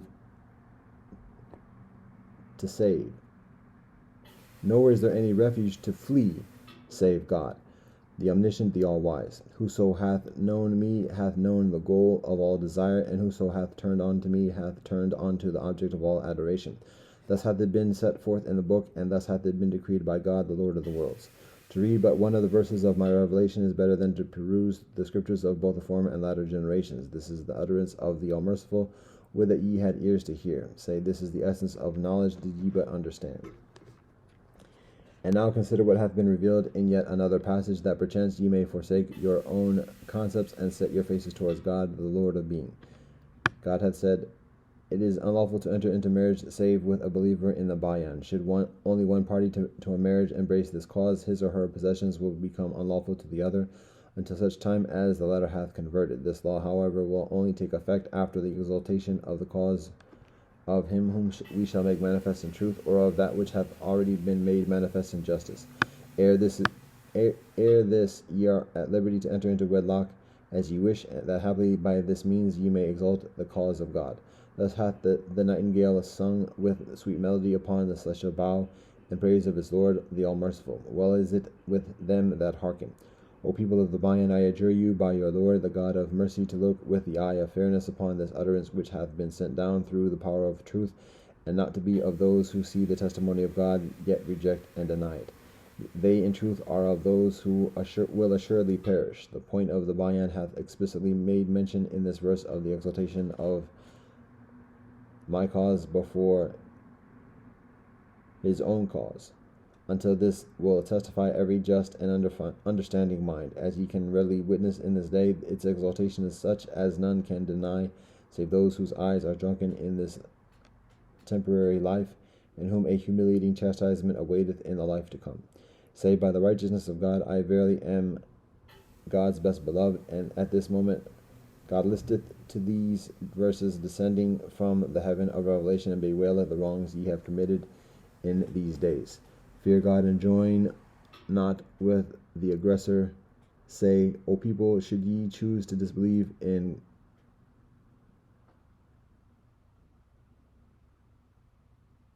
God, refrain at least from rising up against God. By God sufficient are the hosts of tyranny that are leagued against God.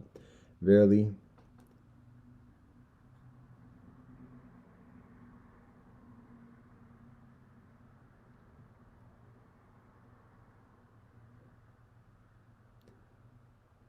fear God, and join not with the aggressor. Say, O people, should ye choose to disbelieve in him, refrain at least from rising up against him. By God, sufficient are the hosts of tyranny that are leagued against him.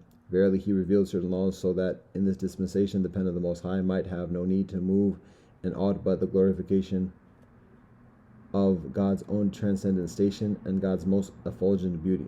Since, however, we have wished to evidence our bounty unto you, we have, through the power of truth, set forth these laws with clarity and mitigated what we desire you to observe. God verily is the munificent, the generous. God hath previously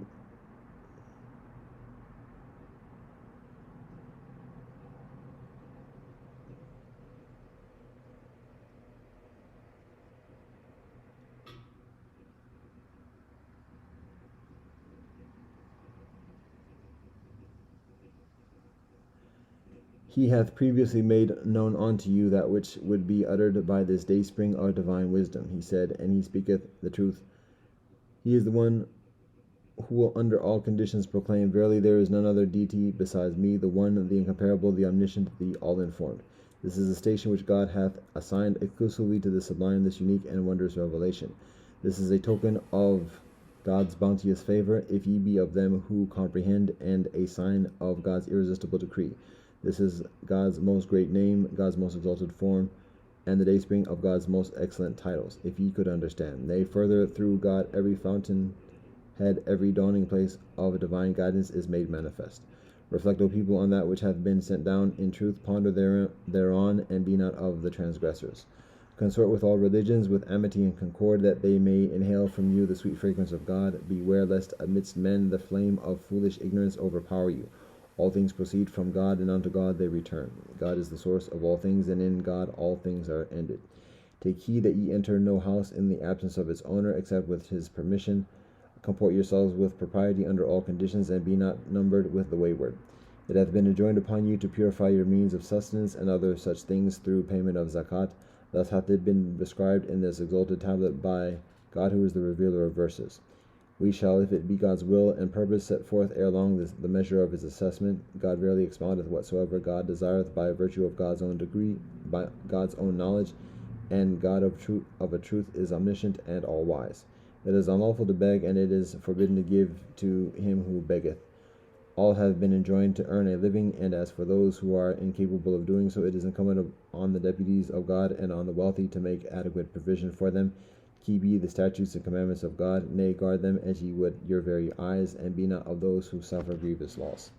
Ye have been forbidden in the book of God to engage in contention and conflict, to strike another, or to commit similar acts whereby hearts and souls may be saddened.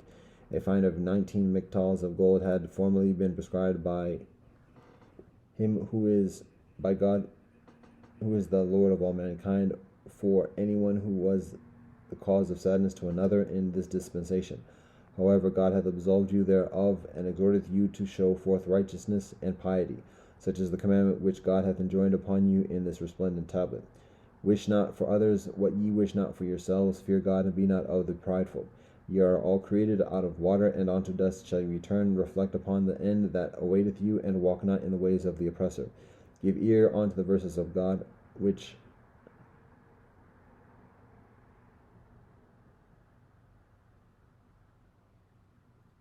God, who is the sacred lote tree, reciteth unto you. They are assuredly the infallible balance established by God, the Lord of this world and the next. Through them the soul of man is caused to wing its flight towards the dayspring of revelation, and the heart of every true believer is suffused with light. Such are the laws which God hath enjoined upon you, such God's commandments prescribed unto you in God's holy tablet. Obey them with joy and gladness, for this is the best for you, did ye but know. Recite ye the verses of God every matin and eventide. Whoso faileth to recite them hath not been faithful to the covenant of God and God's testament, and whoso turneth away from these holy verses in this day is of those who throughout eternity have turned away from God. Fear ye God, O my servants, one and all. Pride not yourselves on much reading of the verses, or on a multitude of pious acts by night and day. For were a man to read a single verse with joy and radiance, it would be better for him than to read with lassitude all of the holy books of God, to help imperil the self-subsisting. Read ye the sacred verses in such measure that ye be not overcome by languor or despondency.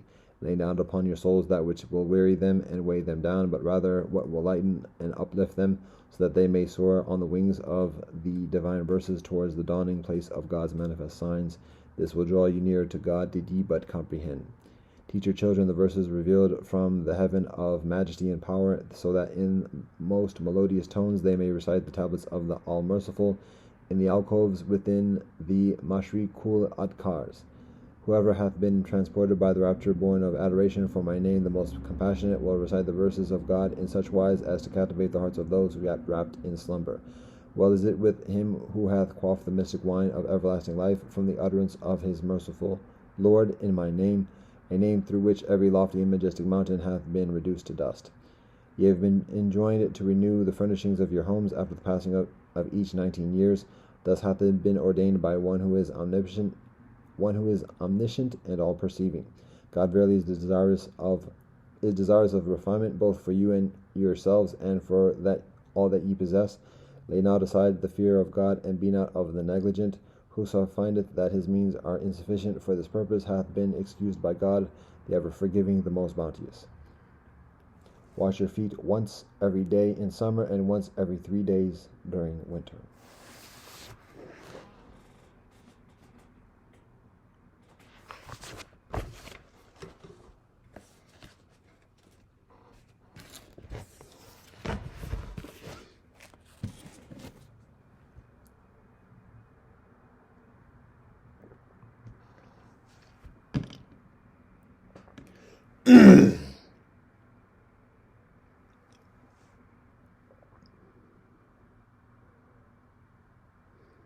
Alhamdulillah, Ar-Rahmani Ar-Rahim. Allahu Akbar. Dao, Ke, Dao.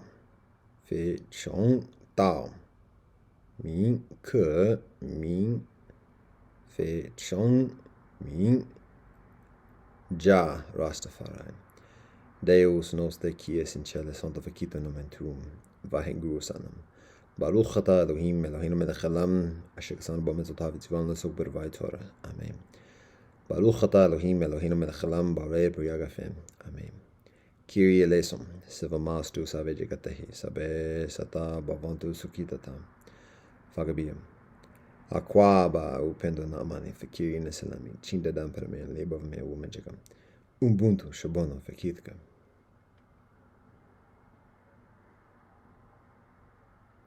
Session, Kamasunida, Domo Arigato, Pilamayela Wakato, Tokodoko Shangun, Gomanagan. God, we thank you for all your blessings. Ata Jamia Yata Afanami. Nado, Aho, Om Shanti, Shanti, Shanti. Amen.